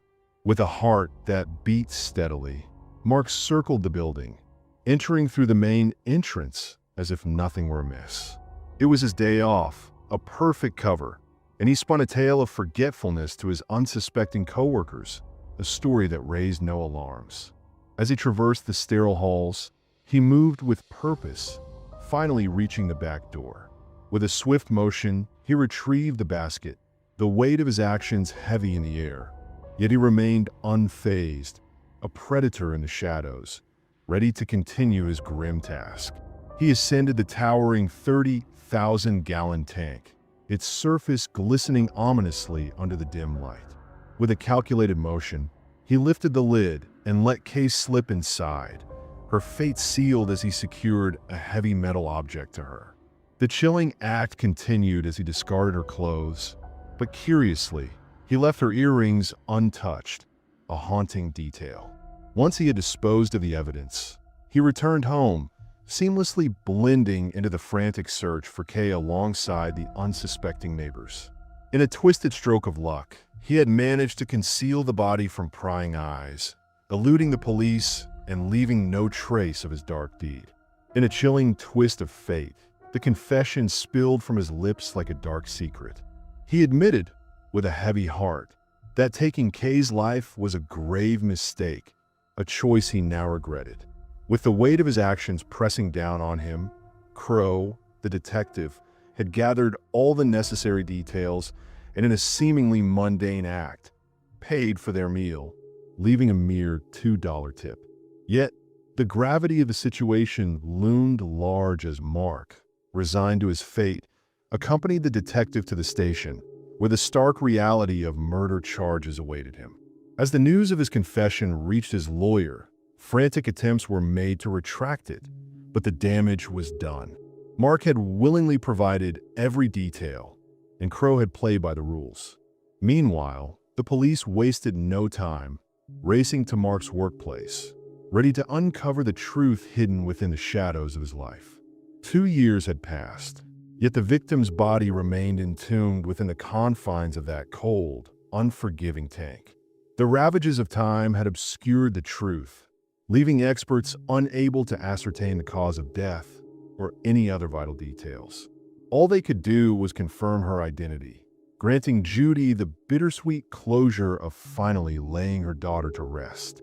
Meanwhile, Mark, burdened by his own conscience, confessed his guilt before the judge, receiving a sentence of no less than 25 years behind bars. Just as Detective Crow had foreseen, the man's lawyer skillfully negotiated a deal, managing to have the kidnapping charges dismissed, leaving only the weight of murder upon his shoulders. But this was not the end of Mark's tale. It was merely the beginning of a darker chapter. In the year 2010, the police decided to dust off an old case that had haunted them since 1988. It was the tragic murder of a 74-year-old woman named Viola Manville, who had been taking a peaceful walk in a quiet suburb of Rochester when her life was violently cut short. Detectives found themselves sifting through a list of suspects, one of whom was a mere 16 years old at the time, a boy named Mark. Despite the weight of suspicion, Mark passed a polygraph test during his interrogation, revealing no signs of deception. The investigation took a turn when a man named Frank Sterling was ultimately arrested for the crime. Initially, he staunchly denied his involvement, but after a grueling overnight interrogation, the pressure became too much, and he confessed to the murder. However, even from behind bars, Frank sought to challenge his conviction, determined to overturn the fate that had befallen him. In a chilling twist of fate, the narrative unfolds with a haunting claim. The police had coerced Frank's confession, leaving him in a fog of confusion by the end of the interrogation. Despite his desperate attempts to assert his innocence, the walls of justice seemed impenetrable. It wasn't until 2010 that the case was reopened, and the remnants of evidence were sent to the lab for a fresh examination. The experts unearthed a DNA sample from the true perpetrator, a match that sent shockwaves through the system. This sample did not belong to Frank, but to another inmate lurking in the shadows of the FBI database, Mark Christie. Then, in 2011, at the age of 39, Mark stepped into the light, confessing to the brutal murder of Viola, sealing Frank's fate in a web of deceit and tragedy. Another 28 years added to his prison sentence, yet he remained tight-lipped about the motives behind his heinous actions, showing not a shred of remorse. Meanwhile, Frank emerged from the shadows of wrongful imprisonment after 19 long years, only to find himself entangled in a legal battle against the authorities that led to a staggering payout of nearly $10 million in 2014. But fate dealt him a cruel hand. Just 3 years later, he succumbed to a heart attack at the age of 54.